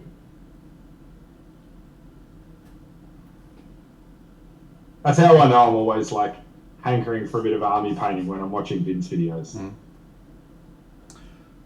I hope I find an army or a game or an idea that makes me want to go, yeah, I'd like to paint a whole army. I hope you do too. I hope that it coincides with me finding the similar thing, and we can use our obsessive nature to just fuel it all the way to the top. You know? Yeah, I'm down for that. Yeah, Vincey's great. Vincey's very, very kind man. One of the few Americans I actually like. Little splash at some of the Americans there.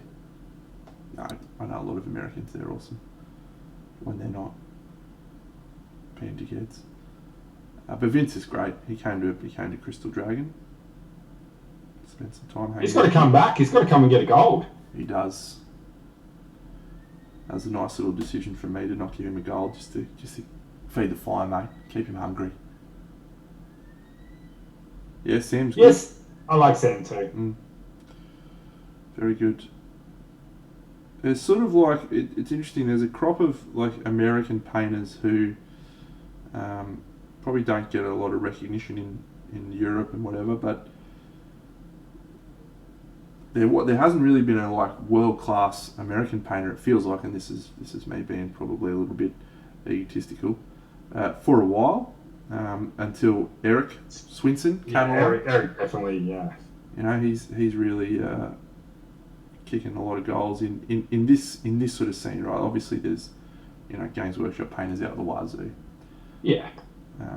And I'm sure there's a lot of those painters who, if they applied themselves into this discipline, would absolutely carve up. But yeah, as it stands right now, it's pretty much Eric waving the flag. I think we need to put some orange in. Don't do it, son. Still looking a little peach, you know? Well, orange isn't going to help. Well, what is? More red. More red. I'm pretty red. Alright.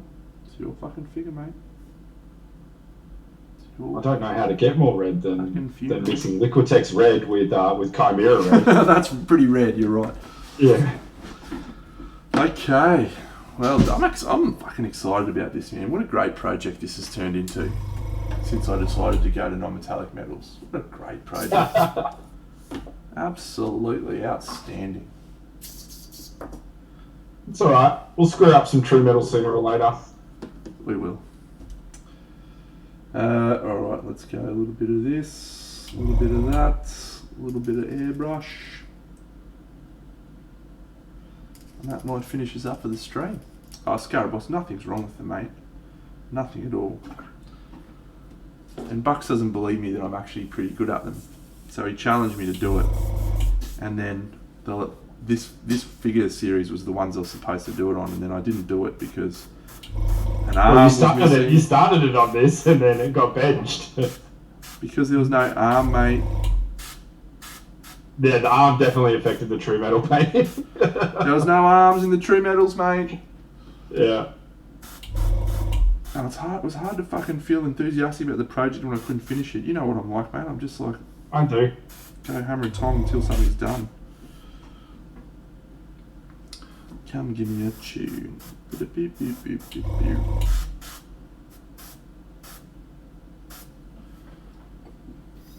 Maybe we'll have to go to a contrast, and we're just solving problems out here.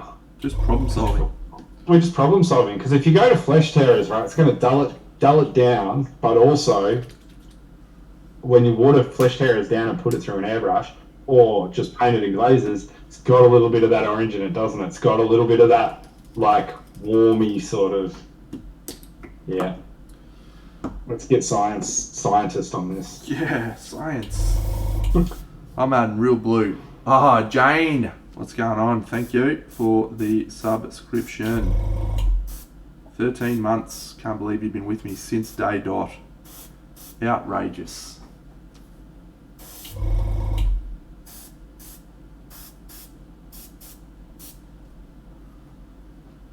They are tricky beasts, true metal metallics. Was that selfish? Did you want me to do true metal so you could get better at them?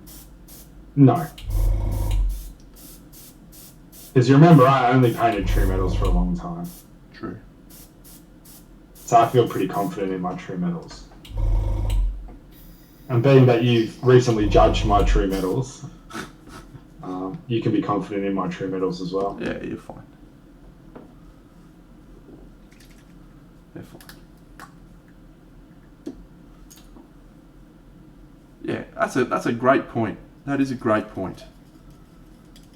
That is one of the dumbest things you could spend your money on. Ben's the king of true metals. As long as there's brown in it, Ben's the king of true metals. Oh, I don't think Ben's actually painted true metals now in like 3 years. How long has it been, Benny?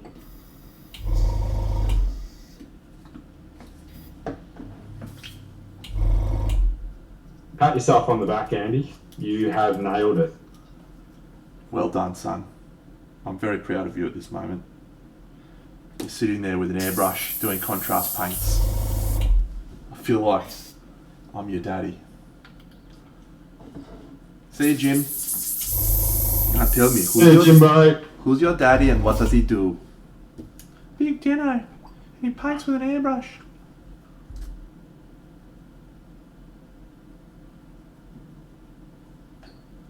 Like it goes two ways. Is it I got gold medals at Crimson Brush because I painted with an airbrush in contrast? Oh yeah. Alright. Alright.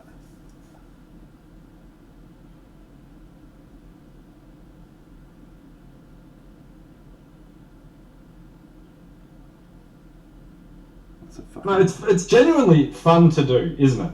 Like Yes. That's the thing about contrast and airbrush. It's fun. Yes. And I subscribe to any fun techniques. I.e. the Trent Dennison painting method. Have fun. So another thing you can thank me for. You're welcome. I've just brought so much value to your life, mate. I feel like I'm going to be living with this for a while, eh? Probably.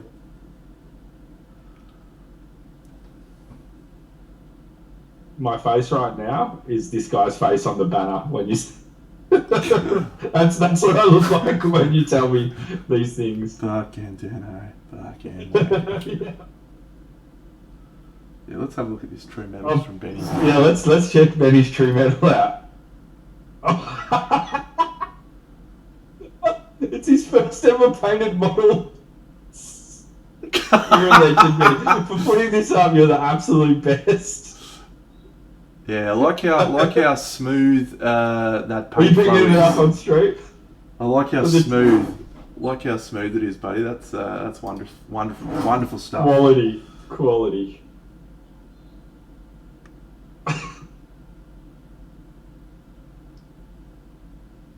Do you know, actually, Ben, this is the perfect starting ground for True Metal Metallics, though. Is it not, Trent? You got to start with that real bright silver so that you can pull it all the way down, glaze it all the way down. No, mate, I am tapping out of every part of this conversation. Not for you. There is nothing in here that I want to be a part of. Look at the brush. It's quality. Benny, you've come so far in such a short period of time, I eh? don't know if I'd go that far, mate. Let's not. Oh man, because it's only been like I think he's been painting for 4 years, but that's like 4 years flat. You know what I mean? There's nothing before that 4 years. We're teasing you, mate. You're a fucking legend. You don't need to justify yourself to us, mate. If I showed you my first figures, my goodness, it would be an embarrassment. All right, I'm just about ready to finish this guy up, almost. What's the first model you ever painted? Look at this. This is awesome. Man, how much better does that look? Don't you reckon? Fucking banger. How good does that arm sculpt look? You can't even tell that's not a real sculpt, that's not a real arm, can you? I'll give it to you. The arm's good, Thank you. but the front that breastplate's not sitting right with me. Nah, the breastplate's fucked. I'm done. But it's getting balanced out. At least it's harmonising with the dude's helmet in the back. Correct. I think it's got like three sort of shimmers on it as well. Yeah. It'll be fine. You just got to add. Oh, he's got fucking head flaps. I've got to put head flaps on him. I forgot about those. Little head flappos for that. That dude loves a Jaffa, but the arm is great. Is he talking about Jaffas as in... I think he's talking about Jaffas as in chocolate orange little balls. Yeah. Well, they're not that fucking orange, mate. You need to calm yourself. Look at this shield, though. Look at that. That's glorious. That's great stuff. Fucking vintage. Vintage Deno. I'm just happy I've got these guys almost done. Oh, that guy's sword looks good too. Look at that. Oof. Yes. Feel the rhythm. Feel the ride. Come on, Jamaica. It's bobsled time. Cool runnings.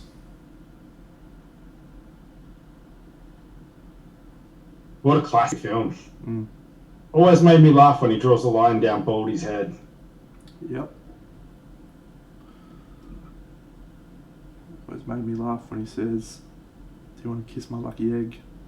Yeah.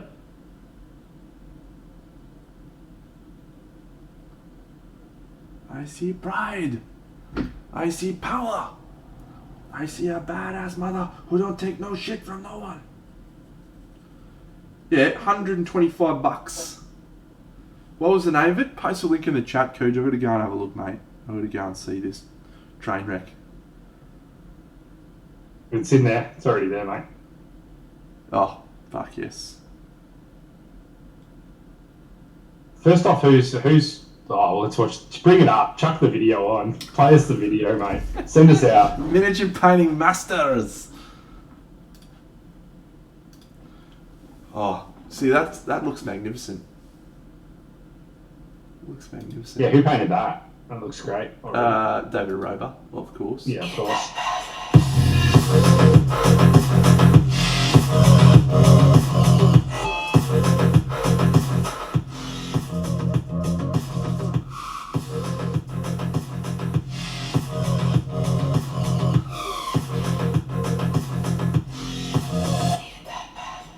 Oh, I'm popping after that. Here we go. Being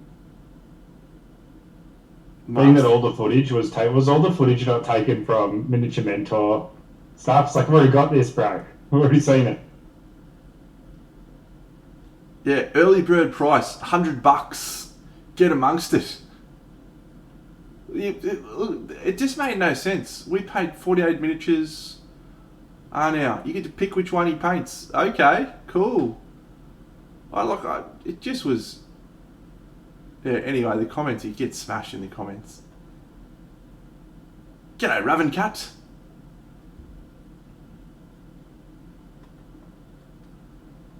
Hoping to relaunch in November or December. That went well. Well, I love the idea. The Kickstarter was executed rather badly. You guys didn't write a... Yep. That was awesome.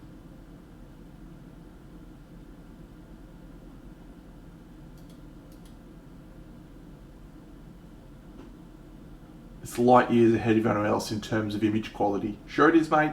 8K. Ravencat, it goes well. Smashed. I love it. Smashed. Yeah, tonight we came close to finishing these chaps, and then we'll call them a day very soon, which I'm thrilled to bits about. I'm on fire at the moment, just finishing projects left, right, and centre. I'll have Katsura Otoko finish on the weekend, and then we get straight into my AOS figures to paint. Beautiful. All right, thanks, mate. It is good looking bronze. Some people are calling it Jaffas. Big Deno's not a fan of those people, so let's go find someone to raid. Great people. Who will it be tonight? Who will it be? Who have we got going? We've got All Might. He's on. He's got 6 viewers. Murray's, yeah, it's copper bronze, mate. It's all the same. Stiller's on. Yeah, I do like Stiller. She's pretty funny. Let's just do the usual. Have a little bo peep at who's on. We like sharing. We like sharing the Big Deno love with people who are absolutely shit house at streaming. So,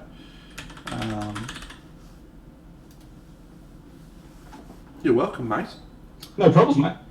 Yeah. Hopefully it helps.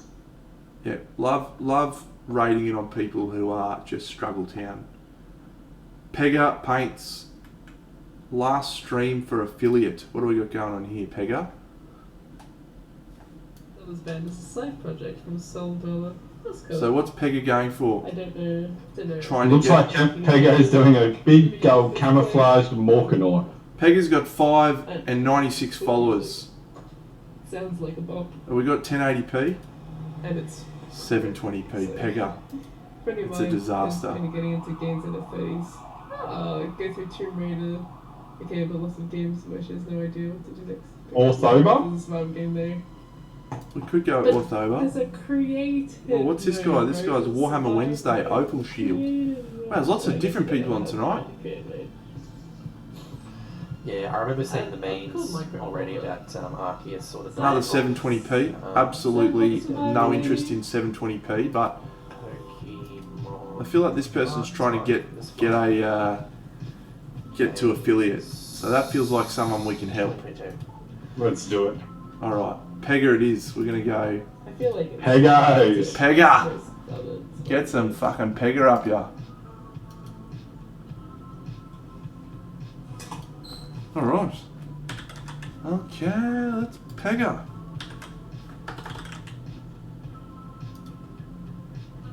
Good on your friends. So look, yeah, lovely stream tonight. Appreciate all of your support. Bucks and I have got birthday streams coming up. Sunday, Monday. We're painting Katsura Toko. It's going to be a challenge. You guys get to vote at the end who wins the challenge. I look forward to winning, receiving all of your votes as Bucks will paint half of a headpiece and nothing else. Big Dan will have the whole model finished. Thanks for joining me tonight, Buxo. It's always a pleasure, mate. Hey, Andrew BWH, welcome back. Let's go. Thank you for the raid. Oh, Thank you Haydos for raided as well. He's raided with a party of 24. We're doing it together. How's it going? He's getting tagged up. Hey, oh, holy shit, dude. 2 raids at the same time? What is this? Okay, let's go. Okay, let's go. Okay, let's How's go. everyone going? Let's go. Let's go. Double raid party. Let's make that affiliate. Heck yeah, dude. What a Oh legend. my god.